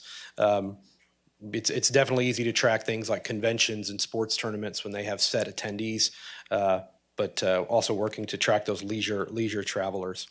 And I mentioned the convention and sports travel, and we also work to service them to give them positive experiences, because many of those have the opportunity to be repeat annual events, especially the sports tournaments. Increase visibility of Victoria as a destination for those events, so sending out sales packets, making contacts with especially professional association meeting planners. Increase the number of activities centered around Victoria tourism, and I'll talk about a couple of those that we've done here lately. And then also assisting our tourism partners here in the community to help them be the most successful versions of their operations. So just a couple of 2021 highlights we had this year. Dirk touched on that, revising the hot funds scoring process. Also achieving our Texas music-friendly community designation. We're only one of about 20 communities that have both a film-friendly and film-friendly and music-friendly, community designation from the Office of the Governor. We did establish our Tourism Advisory Board and are having quarterly meetings and getting some great feedback from that board. We also developed the Music Friendly Community Advisory Board as one of the requirements for the Music Friendly Community designation. I mentioned the tourism products that we've created. I hope you've had a chance to possibly see the birding deck that we've opened at the 8th Nature Sanctuary that opened last week. Very nice displays out there, and we look to grow that as attraction to bring in birders. Also launched a partnership in collaboration with the Museum of the Coastal Bend and Uncle Mutt's based around their Atlatl Spear activity. That is looking to be a great summertime promotion for bringing two organizations together, a nonprofit tourism partner and then a local restaurant. Also partnering with other city departments like Main Street, presenting and providing payment for musicians at Tunes at Noon and Market on Main, as well as the Art Walk that was just here the other week, great event downtown. And also working with other organizations outside of the city, the Victoria Regional Airport, setting up a concierge and information center out there to assist travelers on the flights there. Also working with local media partners, appearing regularly. I show once a week on KVIC 104.7 and 97.5 Kite to talk about events and things that are going on in Victoria, and that's at no cost to us. Also some events we have coming up, Motorcycle Cannonball, a very exciting event coming up in September 24th. Going to have over 120 antique motorcycles, very valuable antique motorcycles, are making a cross-country trip from Michigan to South Padre, and one of their last stops is going to be in Victoria. That's a very unique event, never travels the same route twice, and we see that as a great event to bring in visitors this year. That's closer to the end of our fiscal year there in late September. Also working with other city departments, communications and public affairs. We'll be launching our own series with their Town Talks program. And one of the things that came out of COVID was the return of QR codes. We've been using those, developed trackable QR codes, offering information displays at Victoria hotels, also using those to track usage at our Trail Through Time interpretive displays. So we're finding multiple uses for those kind of products. Just going over some performance metrics, we've been seeing strong returns and visits to our digital assets, our website visits for this year projected to be at 58,000. Our social media reach projected to be around 3.2 million, and that's at our Explore Victoria, Texas Facebook page. You're seeing the drop off, of course, at visitor center visits. That was a direct result of COVID, but we're seeing people get more comfortable, come back into the visitor center. And our travel info leads, again, took a dip, but we are looking to have that bounce back for next fiscal year. Some departmental efficiencies. We've actually did transfer an employee working from the group sales and services position to Main Street to help them in their duties. We are working to fulfill those duties of that position with our remaining positions in our department.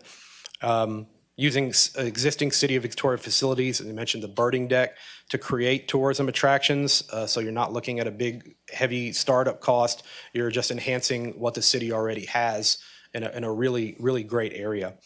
Partnering with local media outlets. I mentioned the radio stations. That was at no cost, just a win-win for us and their stations. And also outsourcing, contracting tasks that we need to do on the regular, such as refilling brochure racks at hotels. That was always a big time consumer for our staff, and we have that outsourced. So we're looking at ways we can optimize our time in the office. Some new programs for fiscal year 22, conducting research to better identify our current and potential travelers to Victoria. The new visitor center location will be involved in that process. Jason mentioned the TAF Winter Games. We're very excited to help out in a number of ways for that event in January.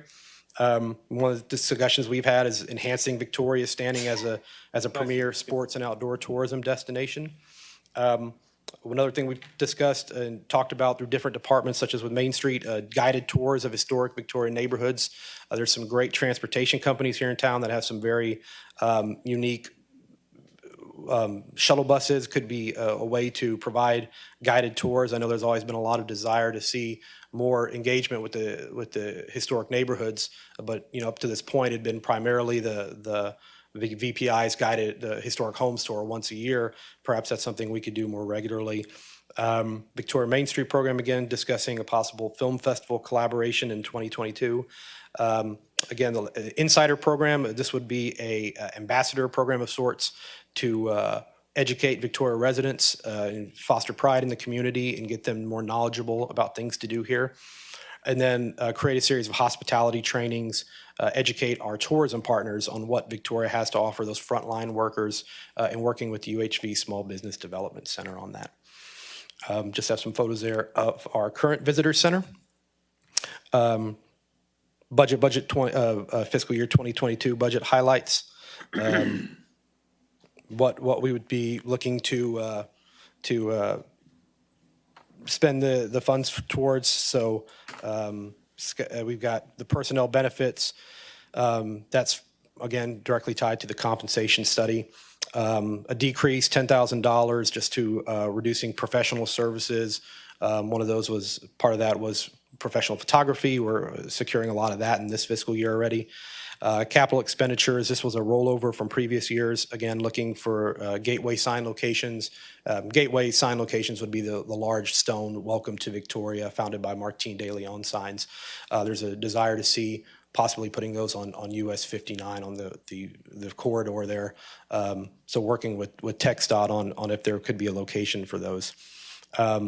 Typical activities, again, of the CVB, scheduled marketing, variety of publications and mediums, social media advertising, direct support and marketing for tournaments, and then some of the programs where we're partnering with different city departments, like Main Street program for live music. Just going down the budget numbers for the next fiscal year.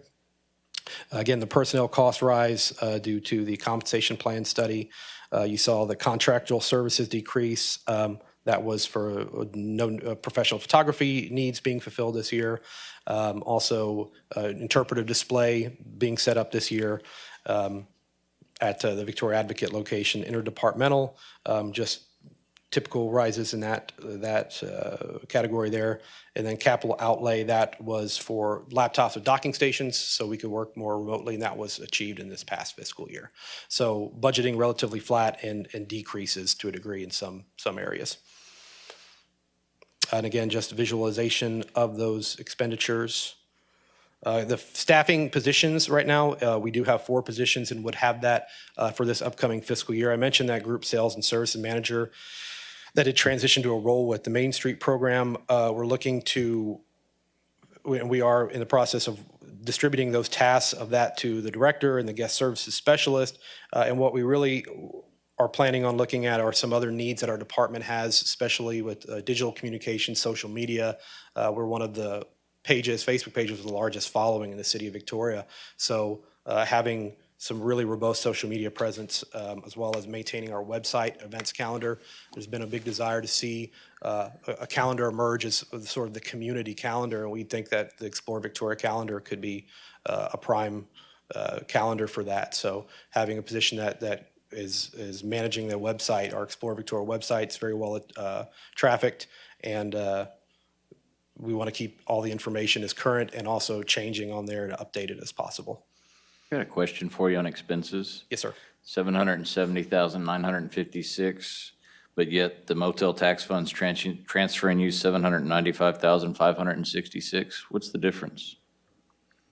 Okay, so 7,956. 795,566 is what the Motel Tax Fund presentation just had transferred to you.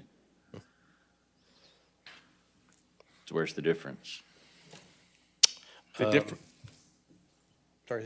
Oh, I was going to say the difference probably just stays within his own, I don't want to call it fund balance, but every year, the amount that's transferred to his department, or say community center or any other department, it doesn't all get expended, right? Because Joel's got a department where he might have some vacancies, or he might budget 10,000 for something and not actually use it. And then that money kind of then falls back at the end of the year once everything is reconciled and goes back to Motel Tax Fund. I assume if Gilbert were here, he would say that he, as in typical Gilbert fashion, Then on your expenses, it would show. covers, Then it would show on your expenses here, transfer back to Motel Tax Fund. but we don't, that happens at the end of the year, right? So we're talking, where'd you go? He's getting caught up. Oh. So at the end of the year, right, which would be when we would close it out, which would be during the auditing process or just at the end of the year, that's when that reconciliation usually takes place. Yes, but we would see it in the proposed budget for this next year on what's expected on the previous year. You have to show it Or- somewhere. If you're going to show transferring He's extra talking the in, transfers back, right? So every what year about the Motel- transfer back out? Right, so every year the Motel Tax Fund transfers money to CVB budget. The money that doesn't get used stays there. Doesn't transfer back. So we're I not was seeing thinking in it would any of transfer these back to Motel stories Tax fund to balances. In all these stories, we don't see a fund to balance, right? So to me, in my perception, is we're hiding $25,000 somewhere. There's a section of, here, there, on the landing page. Can you go back to the landing page? Can you show them that cash flow statement? I'll get to the performer. Thank you. He'll, Yeah. and that's one of the things we still got to work on. It's more of a show me how you navigate through this, like your cash flow statement, you know your fund balance, you can tie everything back in, you see what my increase is. So I'm just wondering if we're really doing budgeting balanced. This doesn't balance in my eyes when we transfer more than what the expenses are. The remaining balance stays in CVB fund balance. But why? Why? I'm not gonna lie to you. It stays there to manage any other future costs. You know, I mean, if. But you got to manage to your budget, and if your budget's 770,000, it's not 795,000. Okay, look, well, no, but, okay, the fund balance picks up the difference. No, he's saying that the Difference. transfer, he's saying that the transfer is more than what the CVB budget is. The $100,000 goes to Boot Fest. No. It's Okay. $795,000 on the Motel Tax Fund presentation that we just did, right? Goes to I need to see, I'm sorry. CVB, but their budget's 770,000. Can I-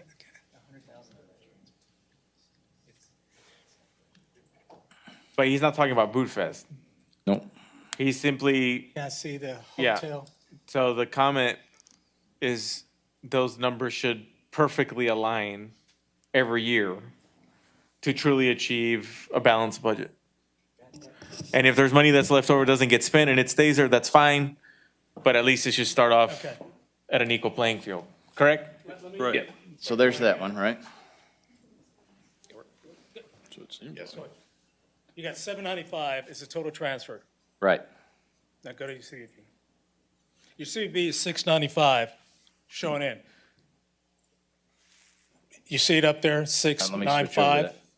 that. Fund, I'm sorry, So I'm scrolling up just to show this is the pro forma from CVB. right. And so On this cost center, you're going to see $695,000 coming in. The other $100,000, you're going to see the cost center over in Boot Fest side of it.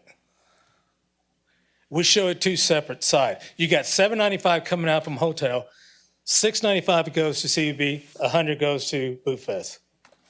Now, there should be one, it's not in there, I believe, there should be one cash flow that shows the whole $795, so you don't get confused. Granted. I guess I'm confused. If the Boot Fest is within the CVB budget, how come it's, Treat it separately. We have a CVB call center, and I have a Boot Fest call center because I want to keep them tracked separately. Do the pro forma schedule of fund. So then if pro forma of CVB, right, is 695 or There it 696, is. right? Then that's what the expenses should be in the CVB budget.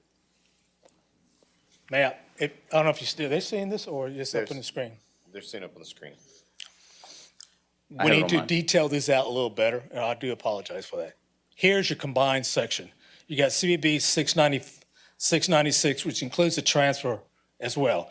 Boot Fest program 263, that includes the $100,000 transfer plus the proposed revenue that we're going to get from the program itself. Okay?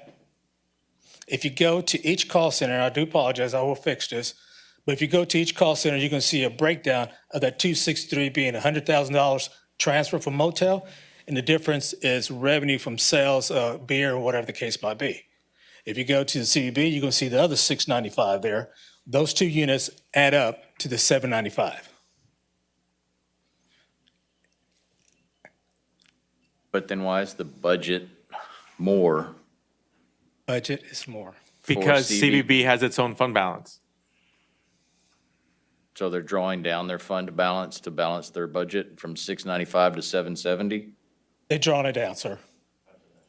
If you look at the CVB fund balance, what is the, I need CVB. Undesignated fund balance? It shows it going up, doesn't it? And the one It's we at the were very just bottom, looking at. Gilbert. 5 months. Right there, I have $391,000 projected end of the year. There's 5 months in there, right? And, that's my projection. So they have plenty enough to absorb that reduction. That's,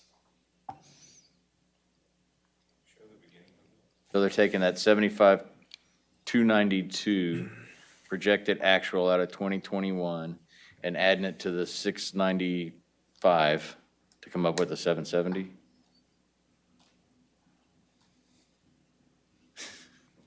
you lost me on your math, sir. Okay, so there's $375,000 projected, End of the year, and it's going to drop down to 300,000. correct. I'm drawing it down. So you add that 75,000 thereabouts that's getting taken out, and That's- add it to the 695, and that gets you your 770 budget. It's a No, different, what we're forgetting from the conversation is the percentage that we want to keep intentionally in the fund balance. the only the way you get to a 375 to 300, if the difference between your total revenue CVB is 696, your expenses 771, that difference itself is drawing it down by from 375 to 300, period. That's just strictly CVB. It has nothing to do with the other $100,000 that we're talking about Boot Fest. Do we have Boot Fest? Yeah. You sure Boot Fest? Yeah, this is where it gets confusing. Go back to that one, the one where you were at.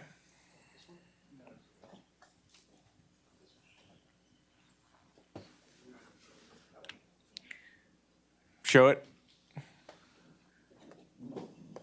So you're proposing that we're estimating that we're going to end up at 375,000 at the end of this year. Correct. At the end of fiscal year 22, we're estimating we're going to end up at 300. Correct. So that's 75,000. Add the 75,000 to the 695. 95. And that gives you your 770, 956, right? Right. So I understand how that all adds now. I'm still looking for the other that got transferred that wasn't 100,000 to Boot Fest. That was the 795 minus the 6, okay, got that. I'm there with that. And then why do we have a 40% fund balance? Oh, and CVB? Getting ready for 24. Because we're conservative. If you go back to the last couple of years and you look at your marketing plan, they're coming under. And that's been accumulating right there. I don't know what else to tell you. Numbers are the numbers. It wouldn't really matter, because if you transferred it back to the hotel motel fund, We could send it back, but that money's restricted. Just You- because and then it's you would sitting there, have a I had the same restriction no matter where it sits at. Now, if council wants to change the philosophy that use it or send it back, that can be happening, but then I would have to resend it again whenever we do another budget. It's your call. Okay. I have to think about that. I'm sorry you've given me an idea of what they need to do with this worksheet. Thank you. Well, thank you for going through it with me. I don't particularly mind the large fund balance if we're using it appropriately for long-term capital improvements. But that's a philosophical thing up here. Yeah, I guess I would have rather seen it as a transfer to CVB on that Motel Tax Fund as 695, and then expenditures are 770, and we're pulling down. It would have made more sense. That was one of my future recommendations I'm going to take care of, so you can see it Yeah. more transparent. And we can And absolutely. it does make sense to keep Boot Fest separate. Yep. And so hopefully we're on the same page there. Yes. Okay. But one of the points is we can absolutely use that fund balance as well, and whatever council decides to do to shift it, but also with sports events, tournaments, those kind of things, supporting those events that happen in Victoria.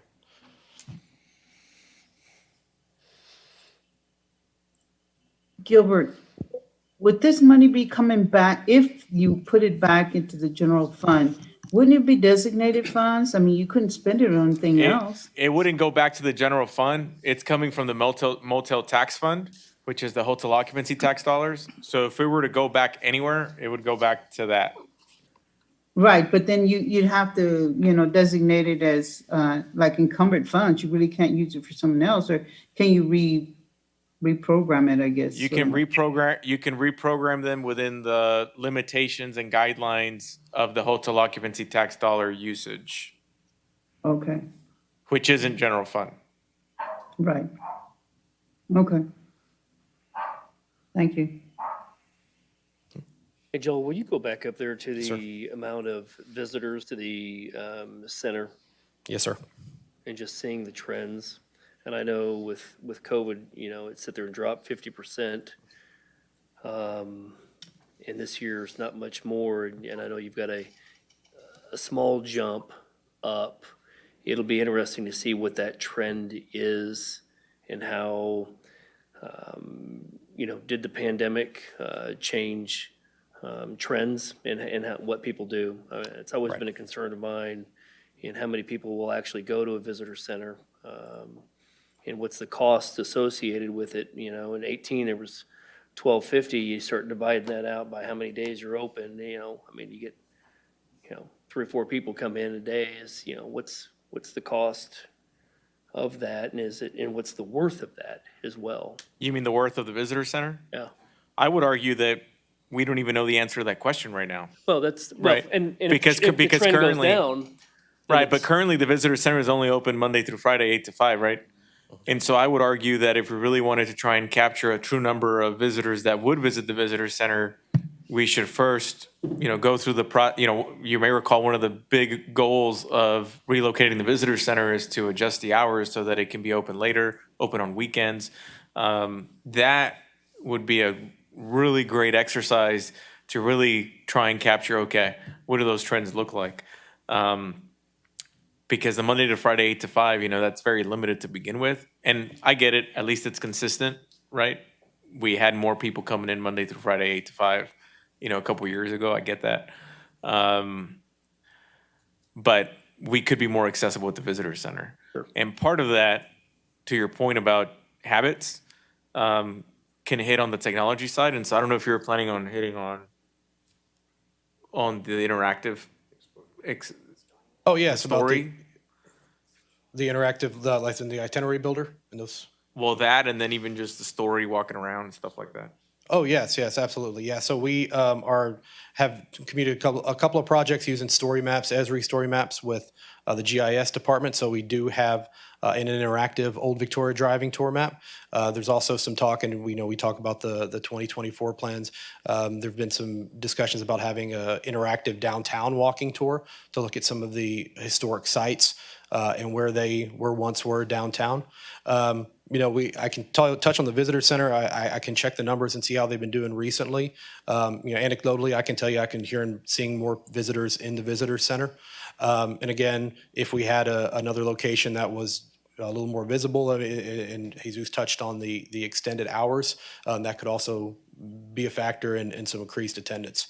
But we are, utilizing those digital products to try to get people to explore, especially the downtown area more. The Old Victoria Driving Tour map is one, but there's also been looking into a walking tour map. Well, and that's certainly my thought going forward is how many more people will use the digital platforms. And just making sure that if we sit there and look at doing an investment, that it's a sound investment with data to back it up. Yes, sir. That's my thought.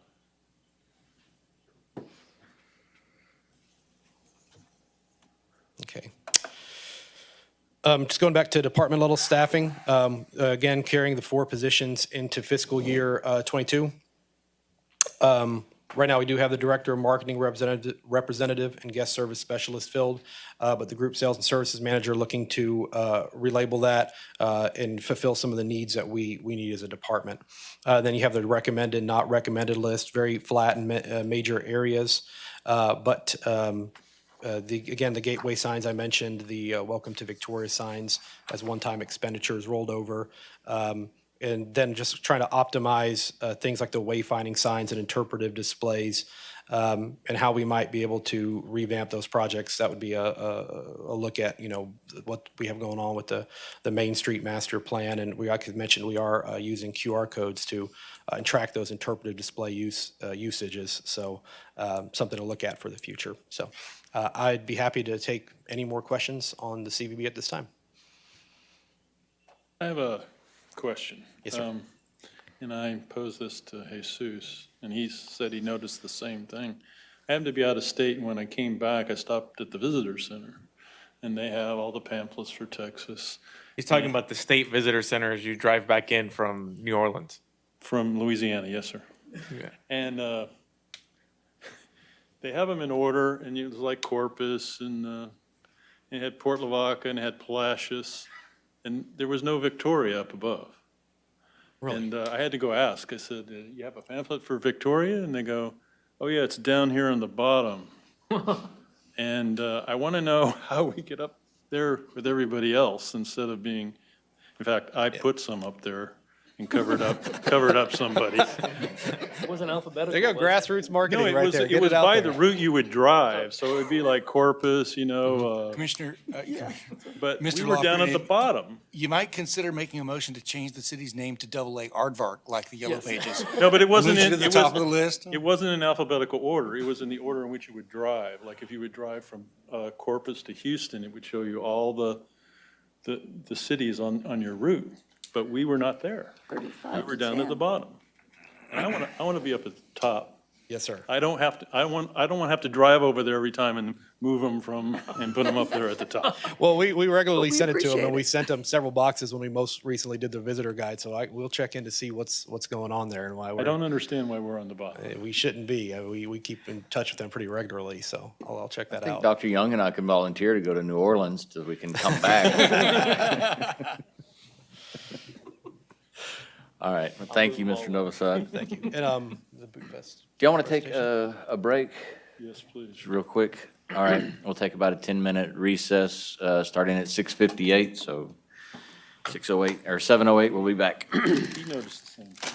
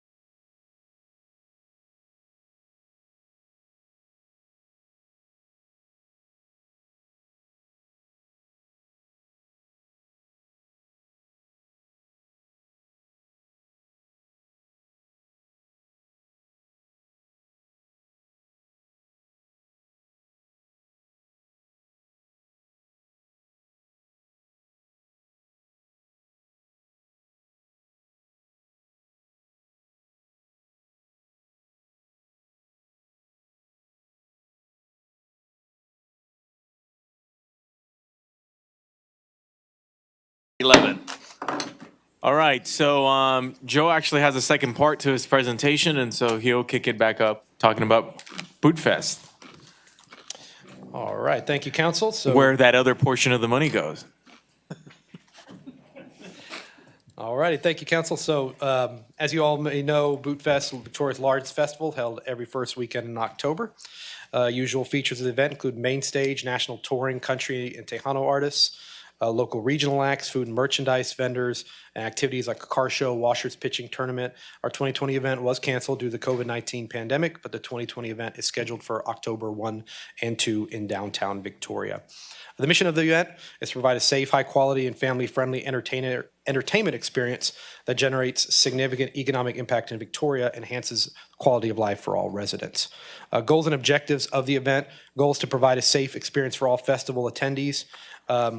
Ways we can measure that are any police incidents, make sure there's no major injuries, so positively impact the Victoria economy. We measure how well our vendors do. We also plan to find a way to gauge the economic impact at a lot of our businesses throughout the community. Some that come to mind are definitely retailers as well as nightlife venues. I've heard anecdotally through many of them that the Boot Fest weekend is one of their best weekends of the year. So if we can get some actual numbers on that, would be very beneficial. Provide a high quality entertainment experience, measure our attendance at the event, and then increase awareness of Victoria as a destination for great events because Boot Fest does produce in-kind media, public PR, and so to measure the economic value of that for Victoria. Some 2021 highlights. The event, of course, did not happen in 2020. Some expenditures that do come out of, and now Boot Fest is split over 2 fiscal years, so you have a Boot Fest 21 program that is funded in fiscal year 21 and funded in fiscal year 22. So in this fiscal year, as it stands, the funds in the fund balance would be deposits for entertainers, event insurance, permits and fees, any advertising, and also deposits for logistical services. Some performance metrics, what we're looking at for this year to achieve at least an attendance of 10,000, earn media value of 50,000, and look at a hotel occupancy rate in the community of at least 80% that weekend. So curiosity, what was 2019 numbers? So 2019 we can attendance actually was look at about- it as a performance metric. Yes, sir. The 2019 attendance was about 8,000. Now, at the time, we hadn't developed the earned media value measurement as a metric yet, so we don't have any benchmarks for that. And the hotel occupancy in 2019 was around 75% on that weekend. So we're looking for a raise there as well on the hotel occupancy. What is your earned media value calculation? We're still determining how to calculate that earned media value and what any articles we would generate from Boot Fest would value at. So there are some tools that we're researching to find how we can measure that. But we do realize that Boot Fest does produce some free publicity for Victoria. So how'd you come up with the $50,000 number if we don't know how to calculate it? Right. That is a projection. Is something that we're hoping to accomplish, but that'd be the first time we're trying to achieve that metric. So it'll be a learning process on that one. Okay, I'm just a little afraid that you're putting $50,000 in that line item and Yes, you're sir. gonna use your earned media value unknown calculation to Sure. get to it. Yes, sir. Instead of just saying TBD or something, and we know, Sure. once we figure out how to calculate it, Sure. we can report it. Yes, sir. That's good feedback. Yes, sir. Some departmental efficiencies. So find local businesses to provide the necessary supplies or equipment rental at no cost in exchange for sponsorship. Working with different departments to optimize event staffing for city employees, reduce overtime expenses. Really streamlining the performers, looking at performers that may not be critical to the event. Performers we have in the past, such as trick roper, kids DJ, balloon artists, and also eliminating the margarita sales. That is a heavy upfront cost, and with the rise in different kind of canned alternatives, because we have had feedback in the past. I don't drink beer at Boot Fest. There are a lot of hard seltzers and those kind of things that we could look to sell that would fill that gap with a much less upfront cost in those margarita sales. A question about the Yes, ma'am. trick roper. Yes, ma'am. Actually, that's something that, to me, always struck me as something that belonged in Boot Fest. Yes, ma'am. Are you looking at eliminating it completely, or has he been Yes, there at night, or? he's about a $900 cost for two 20-minute performances. Okay, So it's a pretty expensive performer for not a lot of time, to be quite that's a frank. really good decision. Thank you. Yes, ma'am. We do want to reach out to a lot of community. We saw some great community events such as the Kids Fest, the Kiwanis Club Kids Fest. They have brought out a lot of community organizations. We think those community organizations can fill the gap of performers at almost to no cost. That way they can promote their organizations and we can have a greater sense of community at the event without having to spend a lot of money on performances. Thank you. Thank you. As far as the new programs and initiatives, we will be looking at having several small performing areas in downtown Victoria. We're working with the Main Street program to help activate local business clusters, to have some local entertainers throughout the day on Saturday, to activate some greater areas of downtown, make those downtown businesses feel part of the event. We're also looking for the Boot Fest 22 program and going forward to engage with stakeholders to determine how to best plan for the event. You know, it is Victoria's signature event, and we do want it to be a really community planned event. So to meet with these stakeholders, have a recommendation for City Council to see how to move forward with the event and discuss the future of the event. Fiscal year 22 budget highlights. We, as mentioned previously tonight, requesting the $100,000 transfer from hot funds for the 2021 program.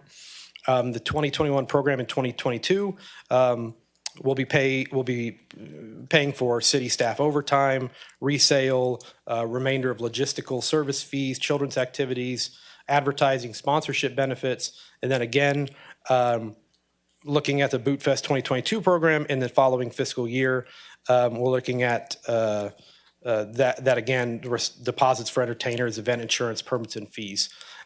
So again, that could be up to change, though, if what comes out of our engagement with the stakeholders for planning for the future of the event.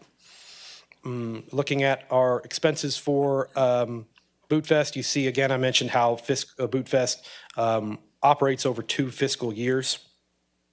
So you can see, the personnel costs. And again, I mentioned looking to optimize that, bring that down. But that would be paid out of for the Boot Fest 21 program. That'd be paid out of the next fiscal year.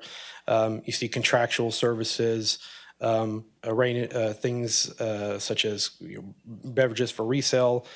So that's where, again, Boot Fest operates over those 2 fiscal years. But we are planning for another great event in downtown Victoria, some small wrinkles and changes to the event, but also planning for the future of the event and addressing it going forward. And at this time, I can answer any questions. So since we didn't hold it last year, did we transfer that money back to the Motel Tax Fund? Well, there was a transfer in early 2020 of before COVID, before the pandemic hit, of $50,000 to the Boot Fest Fund to create a working fund there. And then throughout the budget, that $100,000 was not presented as part of the budget process this year due to the cancellation of the event, correct? We never transferred the $100,000. Okay. Yep. All right, so we did transfer 50 for. Back in upfront 2019. Okay. And have you ever looked at what it would take if you charged a admittance fee or a weekend pass fee? We haven't looked at the exact expenditures that would incur because you would have to have some new processes. But again, that is one of the things we do want to discuss when we engage the stakeholders. I mean, really, there aren't many facets of the event that would be off the table. We do want to discuss what the future of what Victoria's signature event could be. So that will be up for a discussion, a topic that could be up for discussion. That'd be great. I think Turkey Fest charges. Yes, I do. Well, thank you. And now we have the Main Street program with the second D. Williams, not Capone.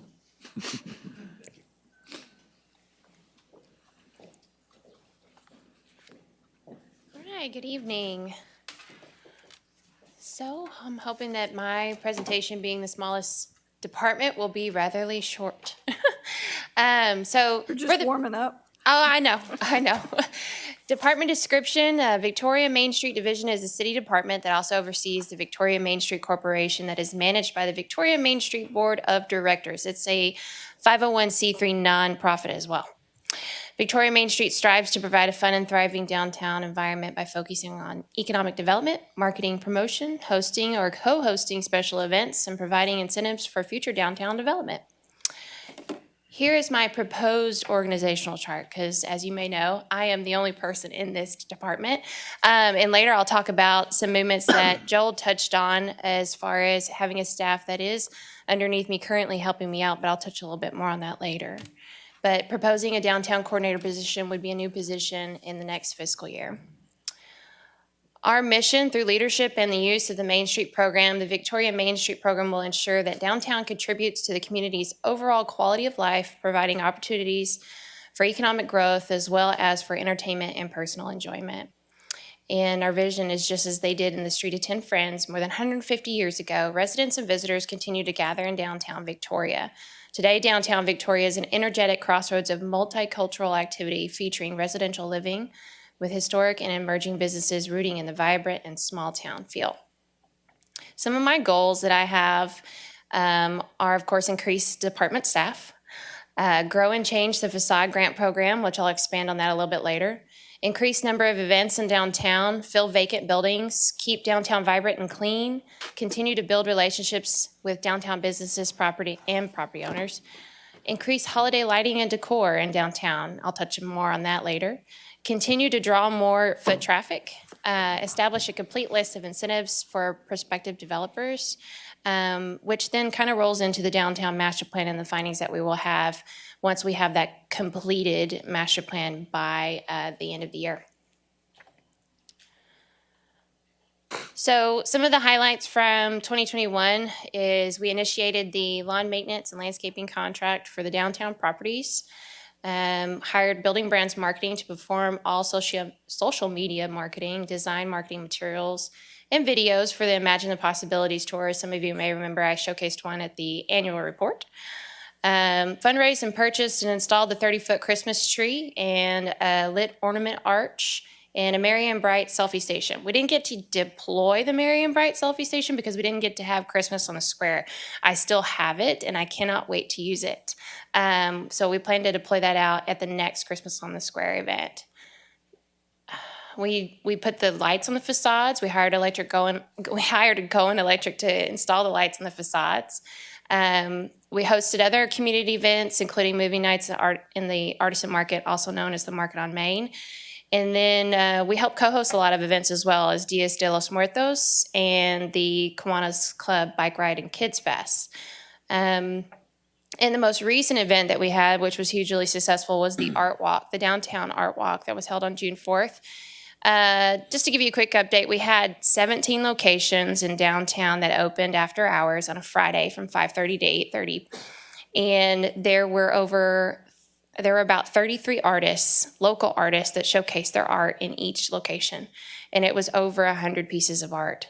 And it was hugely successful. With the help of CVB, they also helped us with the trolley and some transportation because it was a little spread out.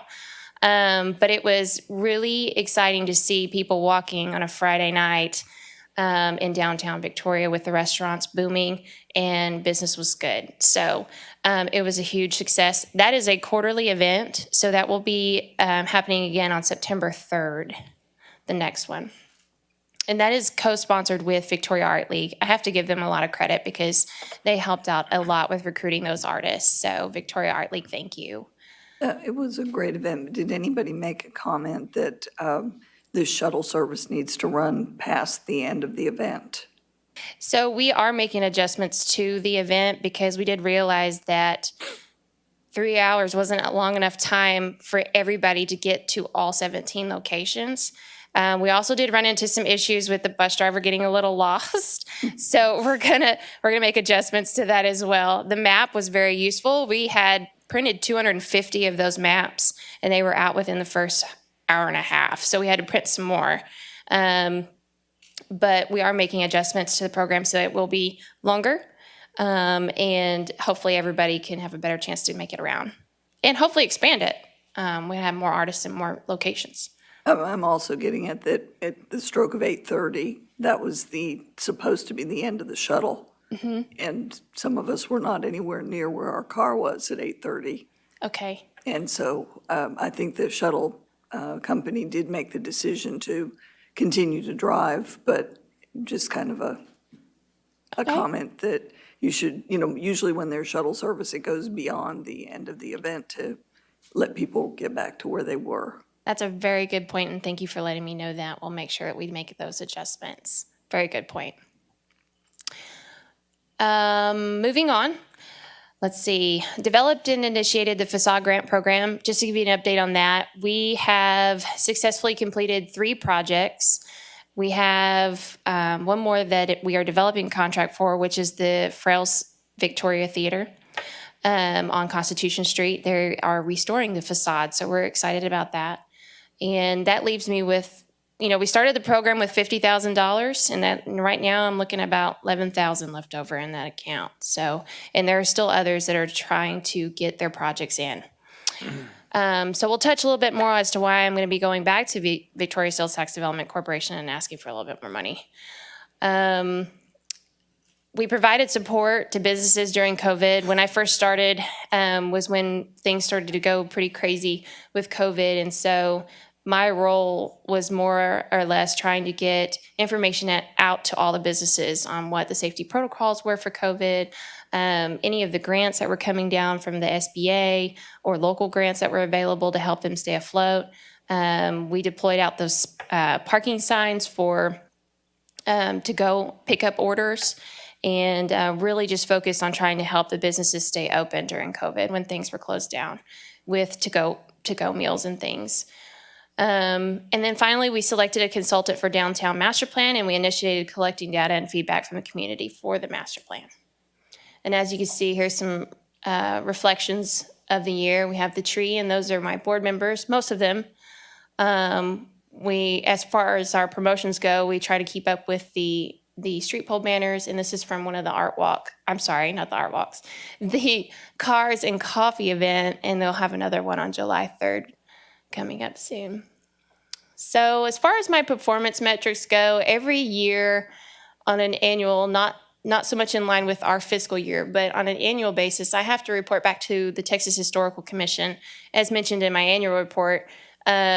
Private and public investments, new businesses or expansions, jobs gained, and all of those details are either collected directly from the business owner when they start construction, or I also get monthly reports from the permitting office, and they tell me who's pulled a permit, and there is a dollar amount usually tied to that permit when they start construction or remodel in downtown.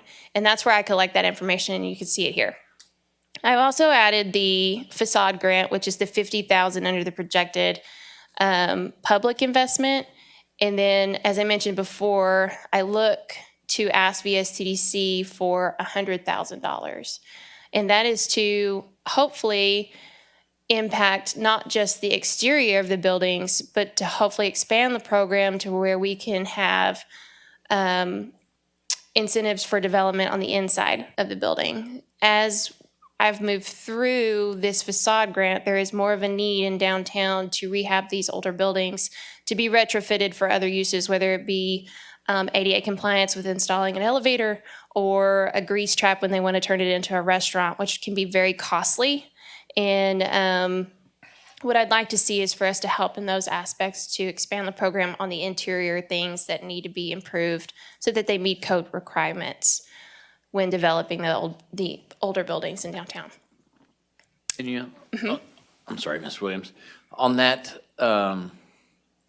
program, Grapevine, Texas implemented a similar program a number of years ago that I think would be worthwhile taking a look at. Okay, I can definitely take a look at that. And they really did a great job revitalizing all that downtown buildings that they had. Great, thank you for the suggestion. Danielle? Yes. I have a question. The facade that you said they're working on, the Frails Theater, is that the old Victoria on Constitution? Yes, ma'am. Okay.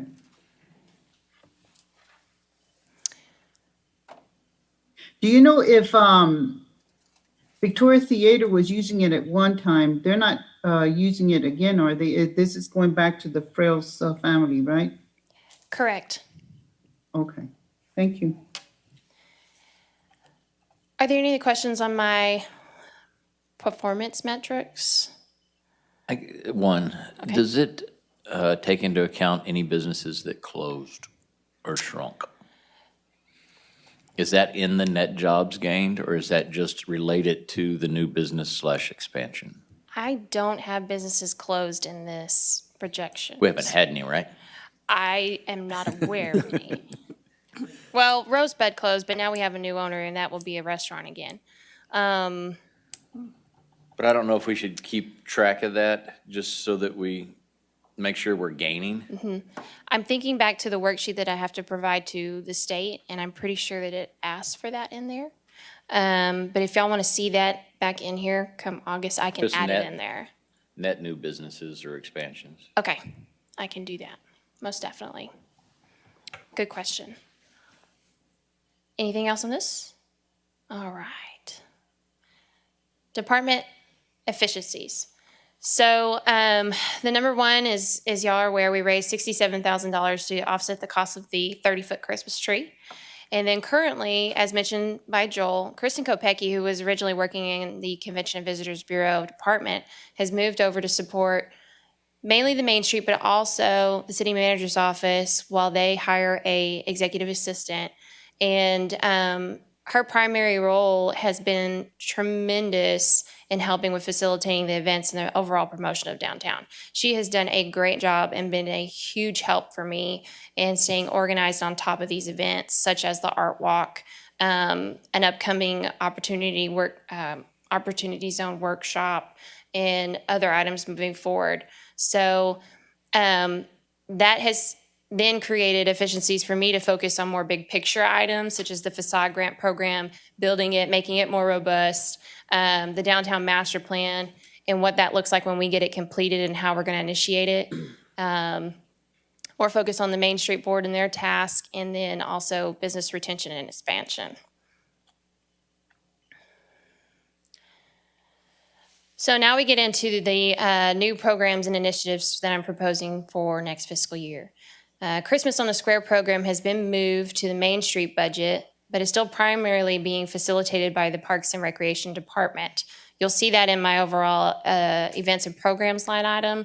So it is funded out of the HOT funds, but we will still work together on organizing and facilitating that event.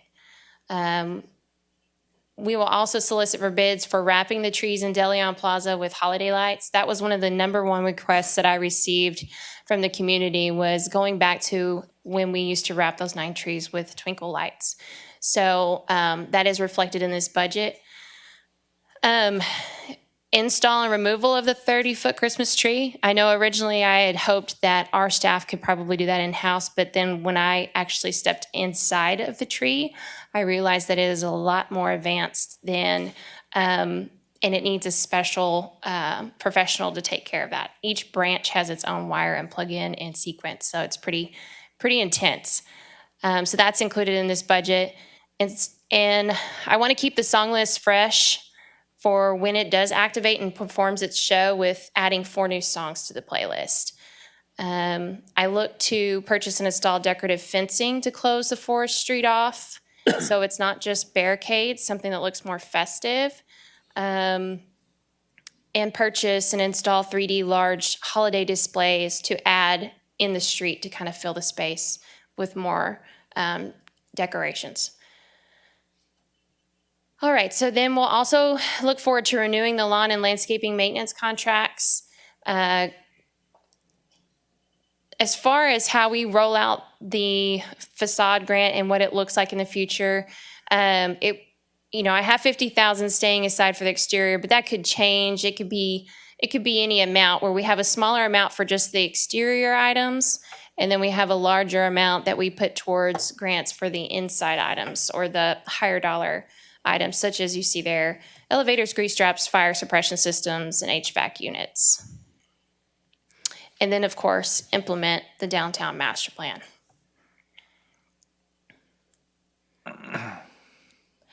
So diving in a little bit more about into the initiatives, the new programs, you know, as we open things back up, I needed more assistance with the events promotion and design, basically on the flyers and social media content. So when I went back to building brands, you know, we worked out a deal to where we could expand on their services to help promote the more and more and more events that we get as things continue to open up and we continue to drive people to downtown. They are a local downtown business. They've been a tremendous support in designing the marketing materials and promoting downtown. And some of the things that they have done for Main Street is every week we have a business of the week. We promote the Small Business Saturday of every year, promote our monthly newsletter. We promote the grand openings, any and all events in downtown, the master plan, the Imagine the Possibilities tour, which we had 20 people come to that event. And then, of course, we also highlighted Women in Business Month. And so we would like to expand and renew these services in the budget. The next part, and this is just my little piece of the capital that I have in there, is buying a few amenities for DeLeon Plaza and City Hall.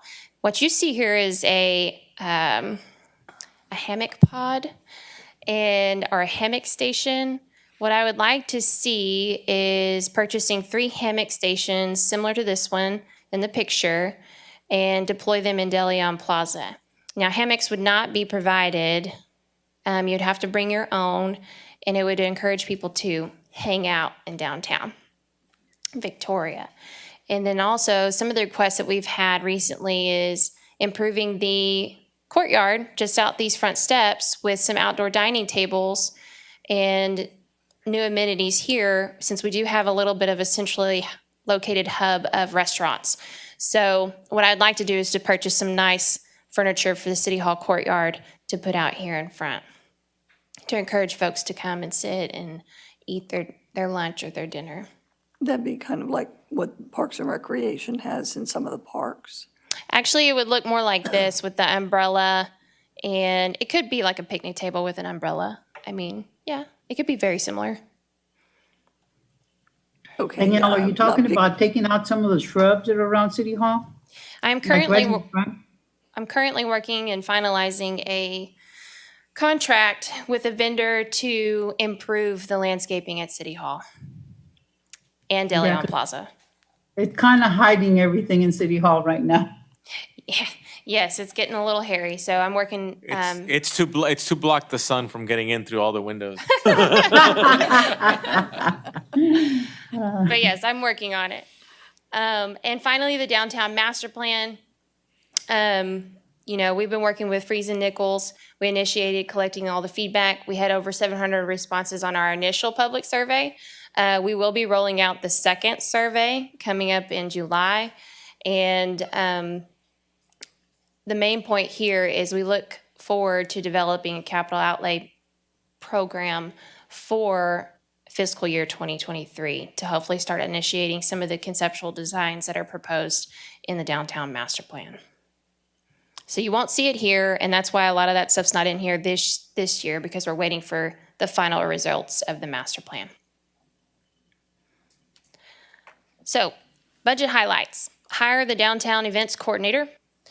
Supplies just decreased $5,000 due to moving funding to VSDC. What that is since we have the landscaping contract and mowing contract under being funded out of VSDC, well, I also had a botanical and ag line item. We're basically taking away the botanical and ag line item and just moving it into not necessarily moving it, the contract will absorb those costs, because essentially the landscaper will do what I had in the botanical and ag line item. Purchase plants, put rotating color in the DeLeon Plaza and City Hall area, so forth and so on. Contractual services increased to 76,000, mainly due to the additional programs, the building brands marketing, and the additional Christmas tree accessories. Other charges increased to 6,000 for the Christmas on the Square event. And capital expenditures are budgeted at 10,000, and those are the hammock stations and the outdoor dining furniture for City Hall. Danielle, on the Christmas trees, remember I requested extra Christmas trees last year for the ornaments. Are we going to be asking for more ornaments this year from the kids? I am currently working on a plan with our Victoria Main Street Board that will include fundraising for those trees and working with the children again on the ornaments. Okay, thank you. All right. So the other thing I want to point out is even though that I am proposing for adding a person, it does not reflect in my personal costs currently, but it will come August. And that will also impact my education line item and my cellular service and computer line item, because that person, I would like to take them with the workshops and conferences that we go to on an annual basis and also give them the tools to do the job.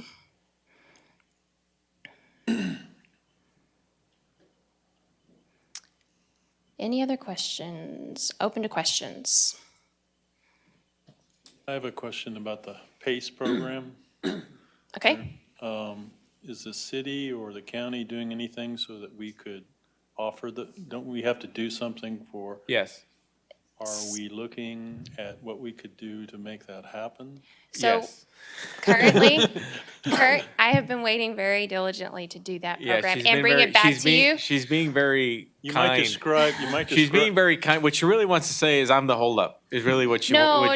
she probably wants to say. You might describe what it is so people know what we're talking about. Go for it. Okay. So the Texas PACE Authority program was brought to us when we were meeting with some developers who were interested in the convent some time ago. Which was last year. Currently, what I would like to do is bring it back to you guys once we have a new mayor in place, because it does call for a resolution for us to just become dubbed a member of the Texas PACE Authority program. Then the developers can then partake in the program, and essentially it's an incentive to help improve older buildings with more energy efficiencies. And this program gives them extra money to do that, if that makes sense. The savings is, right. Yeah. It's a very similar, soon we will be having a conversation with you about performance contracting and trying to utilize energy savings to help pay for some of the improvements needed. Mhm. That's a project that we've been working on the side to create some efficiencies and fix up our regional wastewater treatment plant. But my point is, that's a very similar program, but for private industry. Mhm. And so what the PACE program does is that it formally allows a private developer to be able to do this performance contracting in essence and partner with somebody to. in layman's terms, the savings would pay for the improvements. Right. Yes. And so it's not anything that we would contribute for. Thanks, Mike. It's not anything that we would contribute to, but simply having the designation helps the private developer go through that process. Mm-hmm. Right. So what's the holdup here, Mr.? I am apparent. No, I mean, really, it was recommended to us by the staff of the PACE program to tackle it from a county perspective, because most other entities that have signed on to the PACE program, it's actually counties that have done it, not cities. And so it's been a process to try and present the program to the county to try and go that route. But we're at a point where we're just going to bring it forward to you as city council, and then later if the county wants to add on to it, then they can. But that was our original intent, was to try and take a countywide approach. But we're at the point where we don't want to delay it any further, so we will bring it to you soon. Thank you. You're welcome.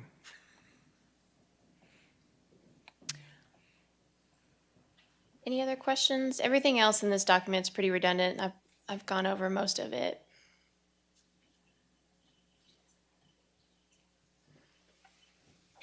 Awesome. Thank you. Thank you. Thank you. Now we have a decision point right here, Mr. Garza. Yeah, you have a decision point. Yes, sir, you do. We do have, of course, our largest department, Public Works. I'm not sure, Ken, how much time you envision taking going through that. Not long. Define not long. 30 minutes? Yeah, at the most. And then it's Daryl after that? 5 minutes. 10. Yeah, so we might be able to, last night we got out of here at 8:30, and so we can probably get out of here at 8:30 again if we keep going.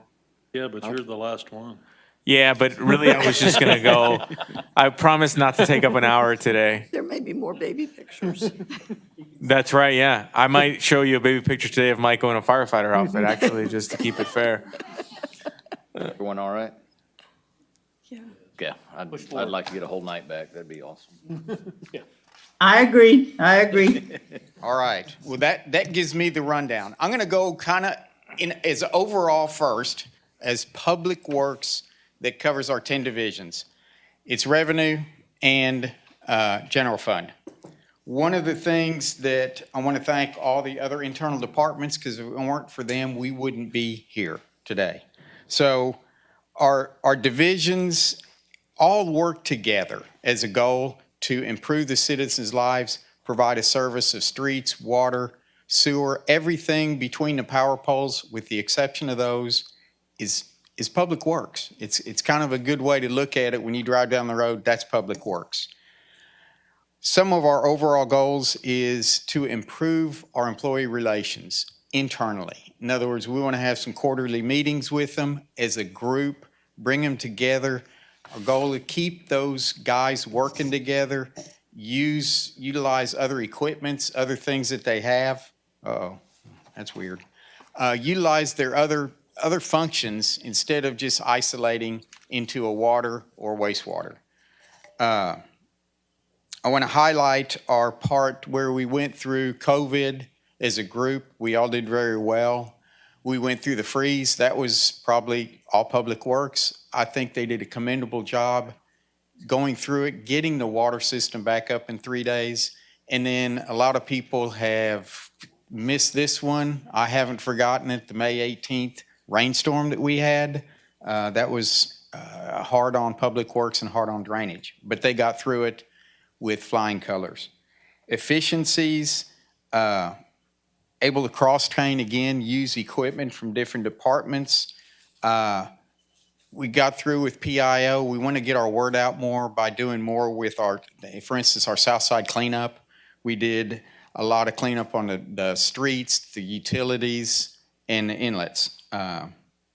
Some of our new programs, as Jesus mentioned, the AD. Who's controlling your screen, man? Who? What? I'm not here yet. You know you can move, you have the mouse right there to be able to. Yeah, but somebody keeps messing with it. Because you're not moving it. Well, they need me to move it so it doesn't go silent, right? Yeah, I'm still going overall. We need you to slide the page to the area when you talk about it. All right. I'll just start with water, wastewater then. I'll just blow that part off. AD, we want to hire an AD primarily to focus on utilities.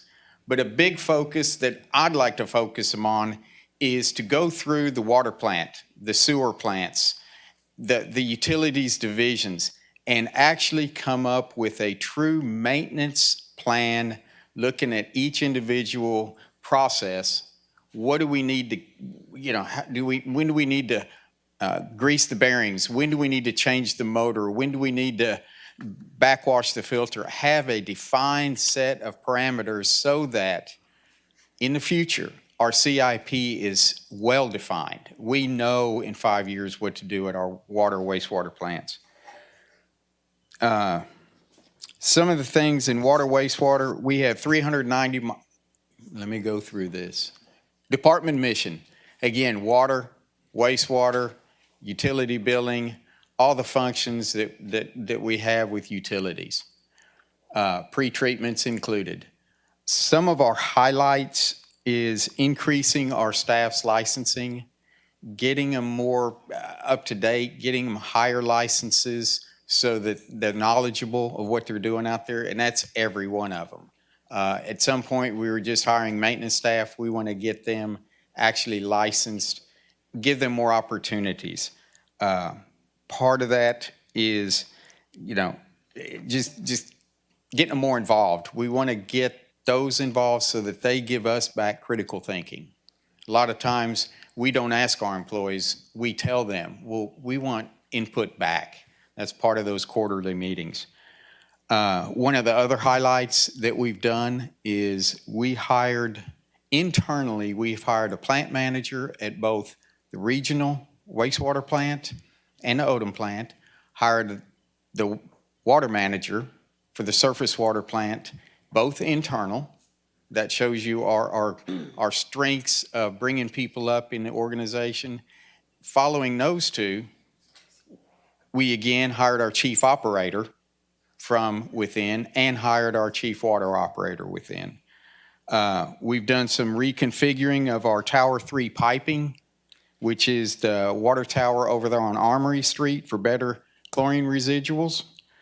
Increased our odor control at our lift stations and at our certain points of our manholes to reduce those citizen complaints. We've hardened our towers and our facilities against freezing. I know we had a lot of issues at water towers. We've continued to look at ways to harden them, reinforce that insulation around them. A lot of that's difficult to do, but we've done that. We've also looked at which instruments, which gauges we need to repurchase and have on hand as that comes up. Did we look at a different type of pressure gauge? We have, and that's part of level gauge. One of the things and yes, we've got a better gauge system, but one of the things we're going to do is this part of this budget is get a company to come and look at our entire SCADA system, especially for our water plants and our water system. It's 20 years old. It was originally purchased. We're behind the times on it. That's going to help look at water towers, how to get the controls to them. There's another feature that Census Analytics has. It's kind of interesting that we're going to look at. That is a feature, instead of relying on SCADA and radio, this one does it off the towers just like your water meter, but it reads pressure and temperatures. So we're going to look at something like that to have a backup during those times.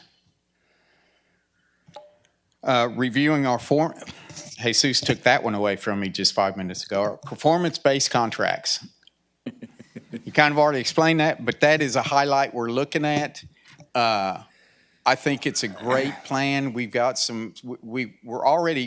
we're visioning towards that at the wastewater plant by looking at the bar screen replacement, which was in this past year's budget, and then going with the clarifiers and working on those.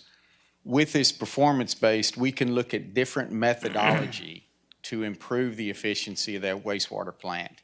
And that's part of that performance-based contract. So we're kind of holding back on some of that right now to look into that, get a performance-based contract intact, and moving forward with those plant efficiencies. We completed the TCEQ local streamlining permit. That's always a challenge to get something through. We continue the initiative that if it's broke, let's fix it. Let's not leave things broken or say, oh, we don't have the money for that right now. Let's get it fixed. We saw that during the freeze. There were things that, well, we just hadn't gotten around to it yet.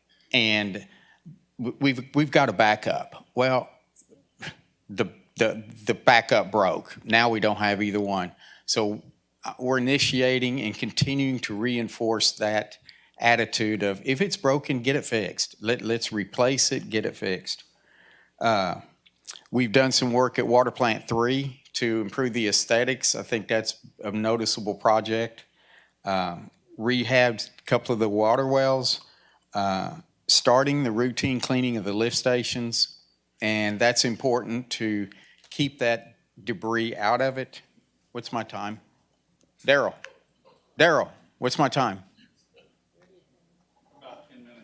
Okay. The other one is, I'm going. The other one that I think is a highlight is mention that utility billing is going over to finance. That's good for me. However, I want to say that with both of our departments working together, I think we can really streamline utility billing, streamline our meter techs. We have a meter test bench that we test the meters. How accurate are they? With finance, we can look at the financial portions and get down to where our both divisions are working as one. And that's one that we continually to work towards, both of us, in meetings. Did you want to say something? Gilbert? Huh? I thought we were working together as it is. We are, but this really puts it, Metrics. Couple of the things I want to focus on is the portal usage. We want to get, that's one of those items that we want to raise up. We want to get that with public information to get the citizens, out there, let them understand what it does and increase that number. Water sales stays about the same. What is it? Excuse me? What is it that you want the citizens to understand, the water The usage portal, where you can get onto your water meter and you can look at it. It's instantaneous time, so that if you're having a leak, you can see it. If you're out of town, you can get notifications. It just gives that citizen the ownership of that meter. And then they can call us if they have issues, or we can inform them when they might have a water leak, and we can say, yes, you do. You've got one. It's been happening all night long. It's probably a toilet leaking. I would add something to that now, Ken. As Mr. Garza started his conversation yesterday, one of my jobs now is to go in to reevaluate the UBO system, its operation, everything else. And one item that we are going to vamp, and as Ken's hitting on, is that marketing, how to have a reach out to the public, so they can understand the benefits of the AMR system, how they can use it, and how they can gauge their water use, especially during emergency events, things like that. They can get so that, I believe that's what he's referring to, that we are exploring that. We had a meeting today with Ashley and her group, and they're developing a marketing plan and how to go about that, and I'll be bringing that forward to Mr. Garza in a couple of weeks or so. Thank you. Some of the other metrics that we use is, of course, what I like to do is I look at water treated, I look at water lines replaced, meters, and a lot of that is an indication of growth, and we're increasing on the water. That is, to give you an idea, that's 4.115 billion gallons of water we treat. And I looked it up today that the United States treats and sells 14 billion gallons of bottled water.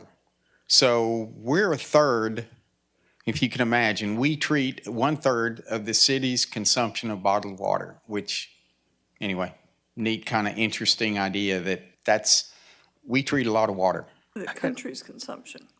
Yes. And it's for everything, but it's not just for bottled water usage. I got a question on your water sales, projected to be 13.5 million, but your water treatment's going up. That is partly due, we're estimating that on a treatment, and that's just what we've seen as far as sprinkler systems, fire systems, our flushing that we go through. And on the projected use of water sales, again, that's a projected amount. It could change. Again, this year, I don't expect our projected water sales will go down because of the rain that we've had this summer.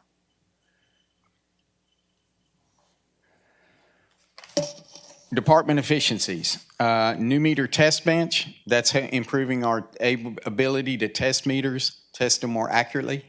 I got another question I forgot. Okay. Water lines replaced. Yes. We are trending down on water lines replaced, but our water breaks repaired continue to increase. Why are we not replacing more water lines? Or what has CIP. been the drop-off? Just CIP. Okay. And it's going to go right back up. once we Available hit- funding. Yes, once we Okay. hit the residential in 22, 23, that'll go right back up. Okay, thank you. Well, and one thing to keep in mind too is that there's no perfect correlation between breaks and the need for sewer line replacements, right? So airline's the perfect example. It wasn't until there were multiple breaks that then there was the need to replace the line. The water line? Correct, the water line. So there's always going to be, you know, one-off breaks that take place here and there throughout the system that may not necessarily warrant a complete line replacement. It's just, I mean, just, I saw the, you know, in 2020, almost 14,000 linear feet, we're at 3,650 projected next year. I just thought it was a large drop-off, but I understand why. Yeah, it's CIP related. I want to keep moving. Efficiencies, I'm going to kind of touch on these real quickly. Increase our odor control, that's an efficiency. It reduces our time having to go out there and clean out a line. The Texas Optimization Program, which is a program that gets us notification and rewards in the water system. Improving response time for slow leaks, that's one that we've done, and it is showing its gains. Some of the new programs, identify issues in tower number 1 to make sure it's isolated from plant 3. That was part of the freeze that we found, is that we need to isolate those because you're pumping to tower 1, it's all going to plant 3. Plant 3, it's a long ways to it, and there's a lot of connections between it. So that's one of the new programs that we're going to find out how we isolate those. Customize the census analytic groups. That's something that we're going to work with, is defining those meter groups such as VISD, putting those in a group. Defining apartment complexes, putting those in a group. So when we have these issues where we're losing water, we can go straight to some of these groups and say, okay, this group's doing fine. Oh, it's the apartments. What's going on? They're way high.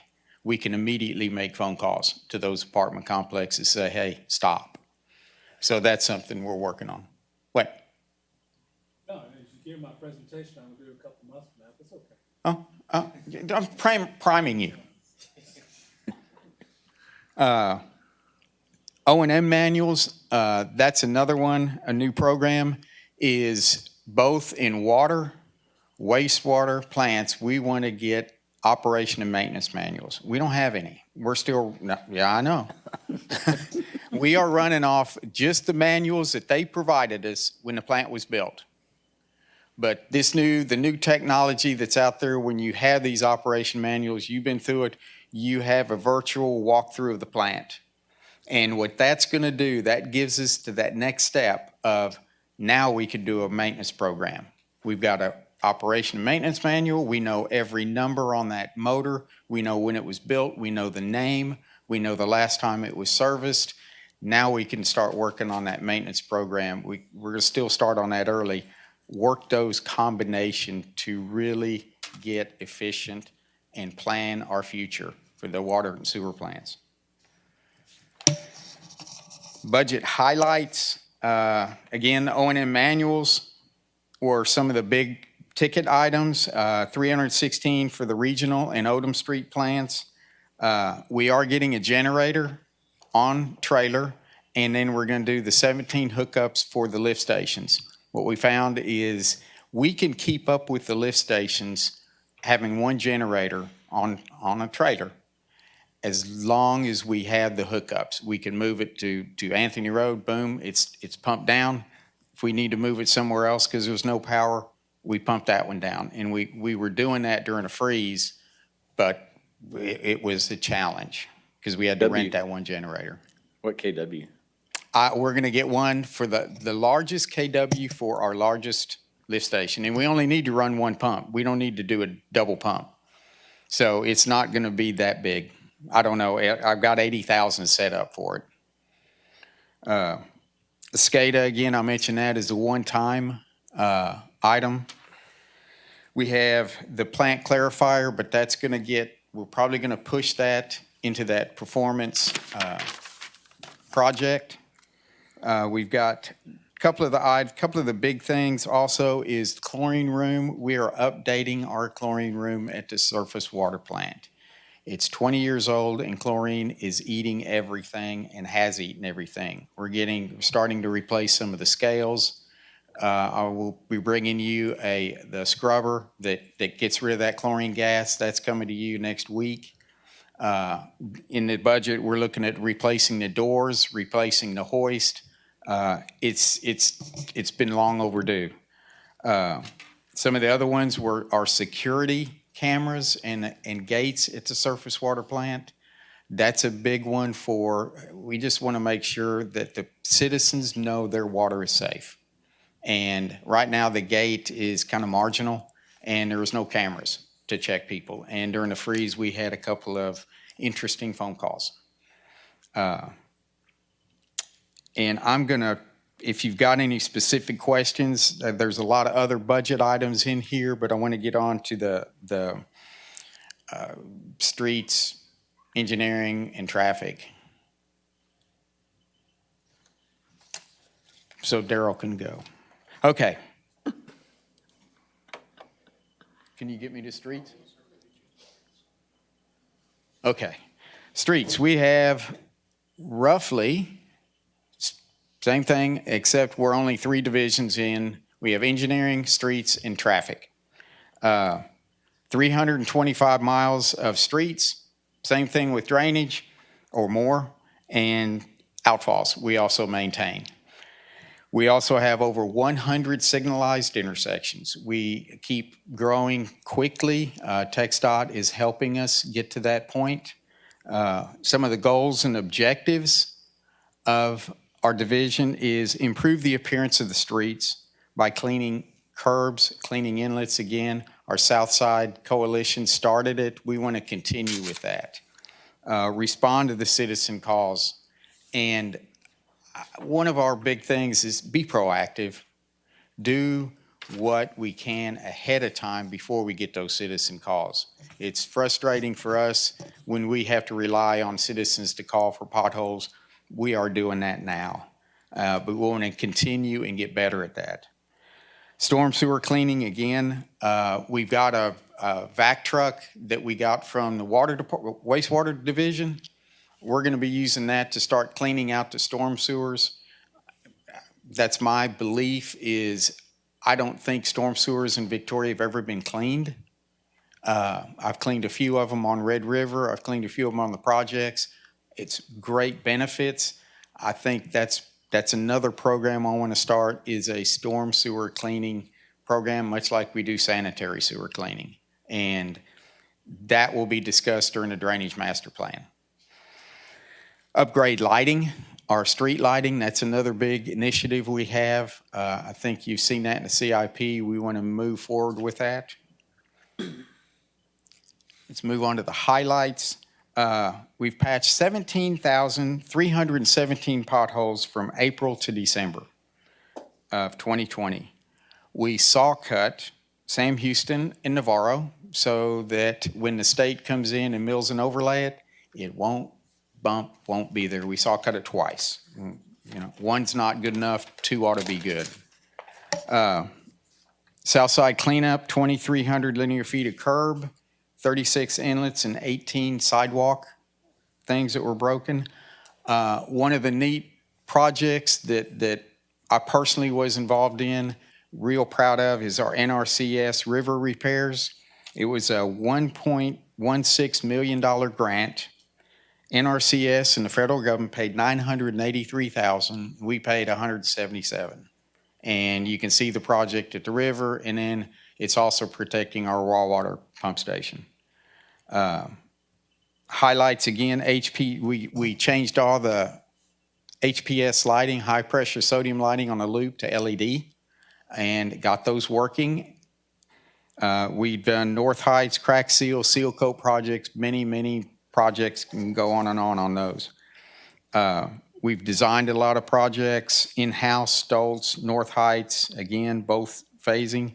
Ben Wilson project, kind of give you an update. We're going to be managing that project. We already are. It's close to getting you the 90% plans submittal, and we're expecting that project to begin later this year. You had talked about BidNet and how it's working for us. It's an electronic form where a contractor can get on it for free, look at the plans for free, they can download them, and then they can also get on that program and they can fill in their proposal and submit it electronically. Efficiency-wise, it saves us a ton of money. We don't have to print 20, 30 sets of plans. No more paper. They've all bought into it, and I think the state's in it now. So it's been a great program. And I also want to say part of that initiative and efficiency and highlight was going to the proposal, competitively sealed proposal. That's been a good program for Victoria rather than just low bid. Am I still on highlights? But yeah, I'm still on highlights. One of the neat things. You don't have to still be on highlights. Well, I got one last thing. This kind of neat thing. On a sign knockdown, people would hit a sign. We would just take the pole and throw it away. The new guy that we hired came in and went, why do we need to do that? I'm going to buy a pipe threader, cut the pole off a little bit, rethread it, put it back on, and we're done. That's the part of our employees thinking and saying, you know, we don't have to buy a new pole every time. We can rethread it and stick it back in. In-house design, I want to touch on that because I don't know that anybody ever has. When you do engineering design, all the projects that you see come forward where you don't see an engineer, and we do them in-house, all our rehabs, our overlays, our seal coat projects, on and on and on, it's 5 to 8% times the construction cost is what an outside engineer would charge. So when I bring you a reclaim overlay that's $3.3 million, that's $250,000 that we did in-house. And our management and construction management and inspection in-house, it's another 2 to 5%.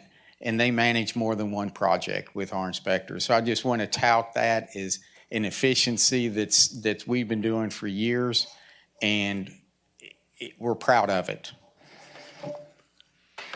Some of the metrics, I'm not going to touch heavily on these unless y'all want to. Street resurfacing, again, is part of the CIP program. We're looking at increasing that. That is a big plus. The more maintenance you do, the longer the streets last. Potholes, again, those are work orders. I'm going to go through the next slide is going to be the actual report. Striping, Mike has said that that's a great program because he can see the stripes, and I agree. But let me get into the patch report. We were doing it as work orders, and we found, you know what, let's get more specific. And what we did is that this one is the one I want to focus on. Here is the potholes patched, and we went to a proactive report and a reactive. And as you can see, with that third patch truck, we can be way more proactive with our patches. We've gone down consistently. Now, I'm going to tell you the goal is we don't have any potholes. But I will tell you realistically, after May and June, I would imagine our pothole number is going to rise a little bit. But it's a good gauge to look at reactive and proactive. Our goal is to get that reactive down to hardly anything, where the citizens don't have to call. Is that why we're seeing the increase in reactives, just because of the rain? Yes. They're calling in more. Yeah. Efficiencies. Am I getting close, Daryl? I'm past, but I'm pretty much done because I think I touched base on all of those. I want to talk a little bit about the CIP program. We've got a lot coming up forward. I look forward to that. It's built into both budgets, the water budget and the general fund budget as it goes into some of the, I'm going to hit it real quick, and then you can look at it later. Some of the capital outlays and transfers all go back into, look at your CIP book for 2022, and you will actually see those numbers start matching and aligning, and I can go over that at a later date or during this time, but I just wanted to point out that it's, a lot of our budget goes back to that CIP, and this is our crowning glory for 2022. 2021 is to finally have a book that is used by everybody. And I'm done.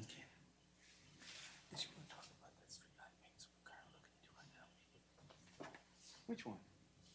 Free light, the AEP? No, the one Mike and us and everybody. Never mind, forget it.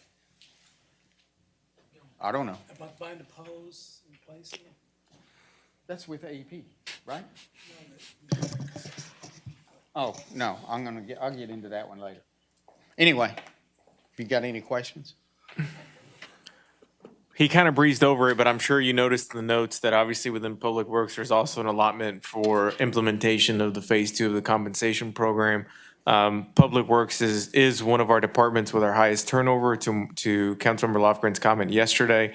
And so we are trying to do the best we can through the confine or through the parameters of this program, of the study, to be able to address those needs. And so Public Works was a big one. And so hopefully that helps us out long-term as well. And that also helps, it's one thing to have the third pro patcher, right? But if you can't staff it, and so there's multiple variables in that. It's good that you said that, but looking at the trends of what we've been seeing and then looking at this with the personnel costs, with a variance of minus 0.34, it's good that you said that there is, adjustments going to be made. Yeah, absolutely, This right. doesn't And look it all like it. goes back to the fact that, there are baseline adjustments and other elements that create that net impact on personnel costs, right? And so that's why the cost, because we contemplated the pros and cons of being specific with the impact of the phase 2 for the comp plan implementation. Can you scroll up real quick? Sure. But we very intentionally scroll up. Yeah, budget highlights down. Down. Right there. We very intentionally wanted to put an amount. So for example, if you were to just look at the net impact of personnel costs, you might think, well, what's in there for compensation?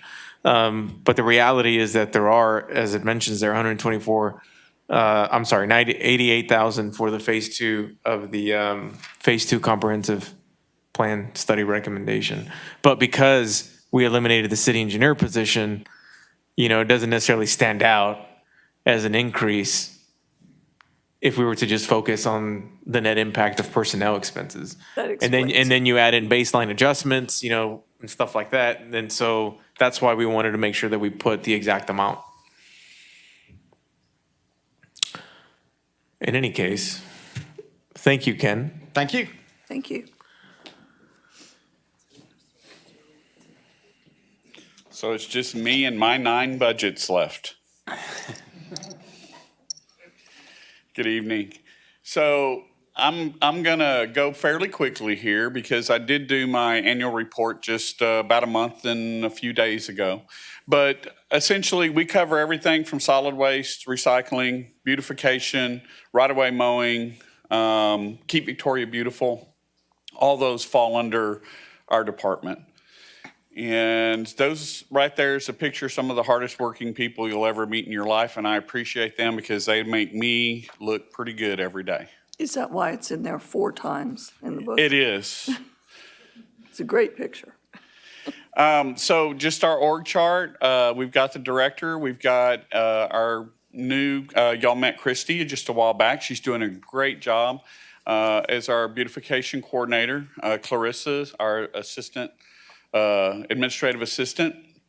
We have the principal clerks at Solid Waste, are the 2 ladies that answer the phone. Now, something we did a little different, we had one supervisor last year and one lead driver. What I've done is create two supervisors, and I'll explain that reasoning a little bit later. And then we have our community appearance supervisor, and then underneath you have all of our drivers and right-of-way workers. Our mission is we're dedicated to delivering quality service to residents and enhance the beauty and livability of our city. And we do that every day. Now, I'm just going to touch base on some of these that I think are important. It's important to us to ensure all environmental departments maintain enhanced beautification and livability for the city of Victoria. And also that we provide consistent, outstanding customer service. We do not get a lot of missed phone calls for missed trash. We do get some misunderstandings about missed trash, but not a lot of missed trash, which is a good thing. So we're very proactive on that. We also maintain and improve our route efficiencies. Efficiency is important for me coming from the private side. We've been able to not raise our rates since I got here. And that's going on 13 years. You can't do that unless you're being very productive in your line of work. Scrolling down, we're working with Keep Victoria Beautiful. And we'll be handing out our second beautification award, I believe next on July 6th. And I'm not going to give it away who won, but we'll be handing out that. We've gone back to that, and KVB's made a lot of strides in the last year. And we're really getting the word out, the cleanups and everything that we've done. And then also, it's important to note all of our beautification projects that we've done in the last year or so. Highlights, of course, Keep Victoria Beautiful. But I would ask you to go through and look, because I can scroll through this and we've got highlights for days because we've got so many different departments, divisions in our department. And so I'd ask you to go through and look at those. But some of our stuff, the stuff that really gets seen is the beautification stuff. And you see that around town as you move throughout our city. So some of the community appearance metrics that I wanted to put in here was estimated litter pickups for next year is 24. And we've got medium spraying next year of about 10 miles. And then this little bitty one, landscape projects. Our landscape projects are down a little bit next year from what they were last year. However, we're going to be doing a little bit bigger projects because we're taking on the fountain at the Hiller House and some other things that are going to be a little more expensive than what some of the projects we did this year are.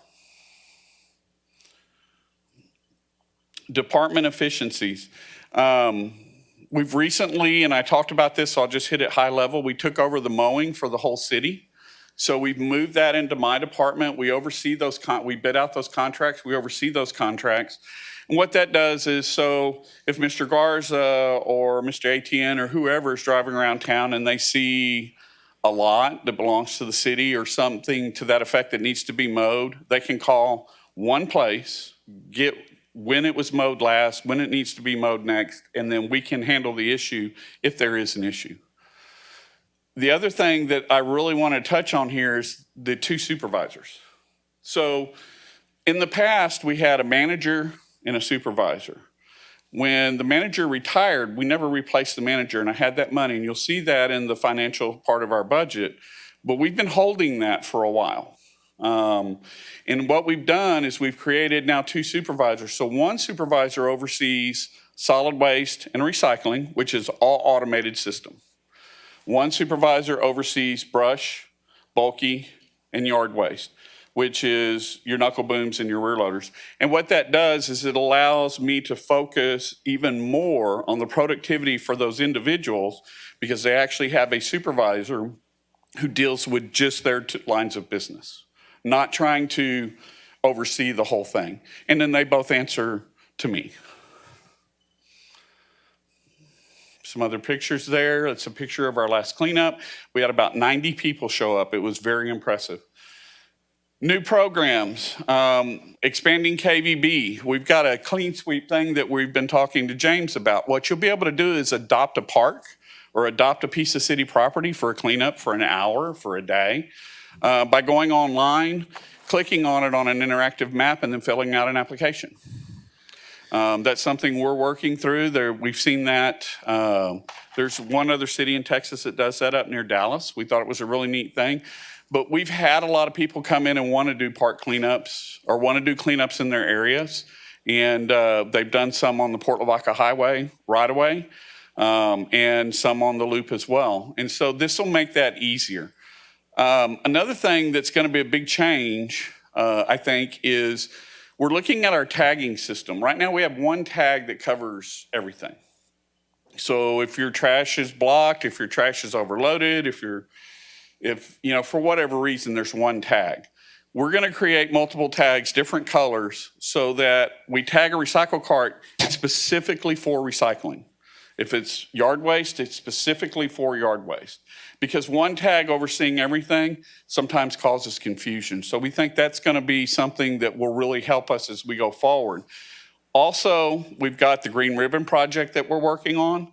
The restoration of the Hiller House fountain. Those are going to be the two big things next year that we hope to get done. Going through, I mean, I'd ask you to go through most of these. We've talked about these already. But I want to talk about our big expenditures. So on administrative and most of my other lines, we do have the phase 2 compensation plan study that you'll see that will come in. On the residential side, we're purchasing 2 new automated trucks. Now, that's $708,000. The price of trucks has gone up extensively over the last year and a half. The price of metal has gone up. There's surcharges being put on these trucks. However, I'd also ask you to remember that we've gone from a 7-year replacement cycle, which these trucks are set up as, to a 9-year replacement cycle. So when we say we need to replace a truck, we need to replace a truck. Also included in there is $500,000 for us to get a new modular building installed over at Solid Waste. And then I will move my offices from 700 Main to Solid Waste. So those are the 2 big changes or 3 big changes as you go through there. We have some other small increases and decreases. And so we could go through that if you'd like. But the main thing I want to get down here and talk about is revenues and expenses. The difference you see there is those trucks in that building. Those are one time. But what's important that I bring up is that this year, and I'm sorry to say this, Ms. Elise, because I know you're online, I will have to do some rate increases. And the reason these rate increases will have to be done is they are going to be tied to the commercial contract that I'm working on. And the current company that I'm negotiating with, I have to be careful how I say that, would cause, yes, would cause. And he's negotiating it all by himself. That's why he says, all him. He's like, I'm not going to take credit for that. He's the man. He wrote the whole budget. Except for the parts that Okay, Roger I'm doing wrote. it all myself. No, but there will be a 10-cent increase on the household hazardous waste. And there will be a 10-cent increase on the curbside recycling. Those are minimal increases, I understand, but they are increases all the same. So those 2 programs will increase to a total of 20 cents between the programs. However, my other lines of business there'll be no increases. But I wanted to bring that up to council because it's important as we come through with the budget and as I come back to you with that contract in the near future, if negotiations continue, then we will be, it will be brought up that night again as well. And with that, I'll answer any questions. And we are planning on doing that next month, so. Yes. It would be something that would happen sooner rather than later in terms of the recommendation on the contract. We do not have a signed contract yet, but we are working on it. Is that factored into the budget that you're presenting? Yes, ma'am, it is. Yes. And that's why we wanted to bring it up tonight, to make sure you were aware it already is in the budget. Daryl, I saw that you have 400, what do you call them? Trash cans ordered? Are we going to be replacing, or is that just for new? Because I thought we had talked about replacing some of those trash cans. Yes, ma'am. So there's a couple things going on. You'll notice too when we scroll back up and look at the revenue, we have delivered more extra carts in the last in the last year than we've ever done due to COVID and people being at home. And so we have actually, and we are getting $5 a piece for those. So it is additional revenue that we account for. But I think at the same time, or I know at the same time, what we're starting to see is our carts have been out there now for 13 years. And we're starting to see some of those damaged ones that I mentioned to council about 3 years ago we would start seeing. We've got a longer life out of them than I thought we would, which is a good thing. But we are starting to see some of those come back. Now, I really didn't increase the number of carts this year compared to the previous years because I really think as people go back to work, I'm going to start to get some of those others back. Now, I may be back in here asking for a budget transfer next June because I'm not seeing them come back. But our hope is with people going back to work, we'll see some of those come back. And that ties into some of my tipping fee decreases next year because recycling was up this year. I don't think it's going to, once people go back to school, that recycling will move back to those restaurants. That trash will move back to those restaurants and out of our trash cans. Oh, okay. Okay, that makes sense. Thank you. There's no other questions. I'll turn it over to Mr. Garza. Thank you. I am not going to talk about the election of. So it's 8:32. I will literally take 30 seconds. I mainly wanted to do a quick budget wrap up and just remind everyone that over the last 2 days, we've hit on a budget that is balanced as we are legally required to do. And as you know, a big part of it is due to the economic recovery of our sales tax, which we're projecting going back to 2019 levels. And of course, a big part of our program is the phase 2 of the comprehensive plan implementation strategy, which we'll obviously continue having conversations about that program. We do plan in July, second meeting in July, having a city manager's report where we'll provide some more information on some recommendations and / discussion on the usage of the Rescue Act funds, because per the timeline, we'll officially introduce a formal proposed budget at the first meeting in August. And so we want to wrap up as much as we can through the month of July to produce a proposed budget in the first meeting in August that is as complete as it can be. And that's why we want to bring forward the contract that Darryl spoke about in July so that that's set in stone in time for that. Obviously, the CIP program is a large one. We mentioned that it was $31 million, which is the largest that we've had ever.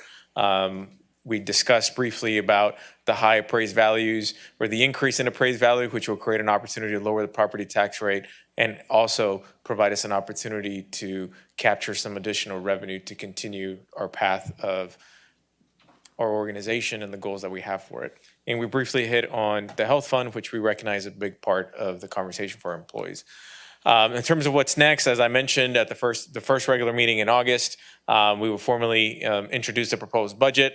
One of the other elements that we'll be doing through the month of July is that during our one-on-one July council meetings, obviously a big topic of discussion will be the budget, because I recognize that after you absorb everything that you've heard over the last 2 days, have some time to play around with OpenGov on your own time, there might be some questions that, in some discussions that we may need to have. And so we plan on having those in July as well. But in any case, here you can see some of the other items that would take place during the month of August. We do have the option to have a more thorough budget work session at the second regular meeting in August. So if council chooses to, And you're familiar with the process, we have to have these public meetings. They have to be a certain amount of days spaced out from each other, the whole works. And ultimately, it would lead to final adoption of the budget at a special meeting on August 31st. It's quick. It'll come before you know it. We intentionally always schedule it out this way to give us some wiggle room in case we have to move public hearings out, in case there's things that come up. Obviously, our fiscal year goes into effect October 1, so we could theoretically, adopt the budget formally sometime in September, but we never know where these conversations are headed. And so from our perspective, we always schedule final approval by the end of August. And then we'll see how the conversation goes at the first meeting in August or just through the course of July, and see if anything needs to change. But this is where it stands for now. I have one clarifying comment that I want to, it's not a comment, it's a question for you to make sure I recall correctly from yesterday's presentation. We have increased revenues we're projecting of 12.6 million. Does that sound familiar? Yeah. And of that, property tax is $545,000 in increased revenue. Correct. Where And- 200 of it is due to. Yeah, that's where I was going. 200,000 is attributable to new property Correct. that's on the rolls, and 345,000 is just the increase in appraised value times a proposed tax rate. Correct. Okay. And the expenses then, $17 million increase, just slightly shy of that. But that's taking some from general fund as well. Correct. So it's, if we wanted to kind of pinpoint a couple of elements, Ken kind of briefly mentioned it in his presentation as well, that we're transferring over $8 million from the general fund to the CIP program. And then also we have incorporated into the CIP program the close to $7 million that we would get from UHV for the Ben Wilson project. And so those two combined really kind of help add up why the big increase too in expenses. Okay. What? Yeah, and payroll, yeah. But, I don't want people thinking payroll is $7 million or $8 million either, in terms of the increase. Yes. Okay. This is a question that I just had for, I think Gilbert, but I don't know if he's there. What about the He just the walked out. taxes? He just left? No, the taxes that were on protest, that figure is not used to calculate our proposed new revenue from the taxes? The ones that are being protested right now? So they're currently, so it won't be finalized until we receive the final certified tax rolls next month. And so by then, through the process that the appraisal district has, that number would be, hopefully, it should be finalized. And so currently, you are correct that what we're projecting for increased value and appraised values is not accounting for any amount that might not be successful in the protest. So that number might change. Okay. That's Okay, you had 3 tax rates on the first page of the budget. You had I know the proposed budget, and then you have your effective tax rate, and then the tax rate with the current appraised value. Are we considering just lowering just because of the increase in value? Wouldn't it be kind of hard to get it up again later on if we decided we wanted to increase that tax rate? Yes. Realistically speaking, it's obviously always much harder to increase the tax rate in general. But when you have your appraised values that increase to that percentage, and we also, remember, we have the SB2 limitation on how much additional revenue we can bring in on the property tax side. And so it's not as easy as it was before, where cities could take even more advantage of increased values. We don't have that option or luxury, if you will, because even with the proposed tax rate that we are proposing, that already equated to roughly 3%. And Gilbert, you can correct me if I'm wrong. No, you're absolutely right. Just that my only thing I would add to it is that we're not doing the effective tax rate, to no new rate revenue. So, even with that said, we're not losing all that revenue technically. We still, Okay. because as Mr. Garza mentioned yesterday in his opening statement, you still got a COP grant. You still have these other programs that you still got to work towards. So right now it's 5844, 5877. So we're about a penny shy from the no new tax rate number, but we're still below the number of the voter approved tax rate.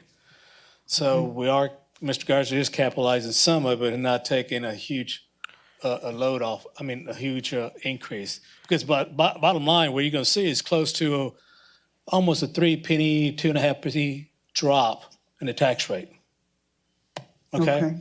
But as I also included in that presentation from yesterday, if council's open to having some conversations about funding new programs or paying off some additional debt even sooner to create some future debt capacity, those are on the table as well. Okay. Yeah. So it's not set in stone yet. We're still working on that. Correct, yeah. And like I Okay. mentioned yesterday, we won't really even have a formal recommendation until we get the certified tax rolls next month. And one of the things that I do want to talk to y'all about during our one-on-one meetings in July is obviously talk a little bit about the options, and hopefully by then we have a better idea of just where we stand in general with the tax rate. Okay, that's great. Thank you. You're welcome. Any further questions? Dr. Young, you raise your hand? No. We're waving at okay. Josie. Got it. Okay. Alrighty then. All right. Well, if there's no further questions and no more information to be presented, then we are adjourned. And just really quickly, we'll put up a notice that we are canceling tomorrow night's meeting.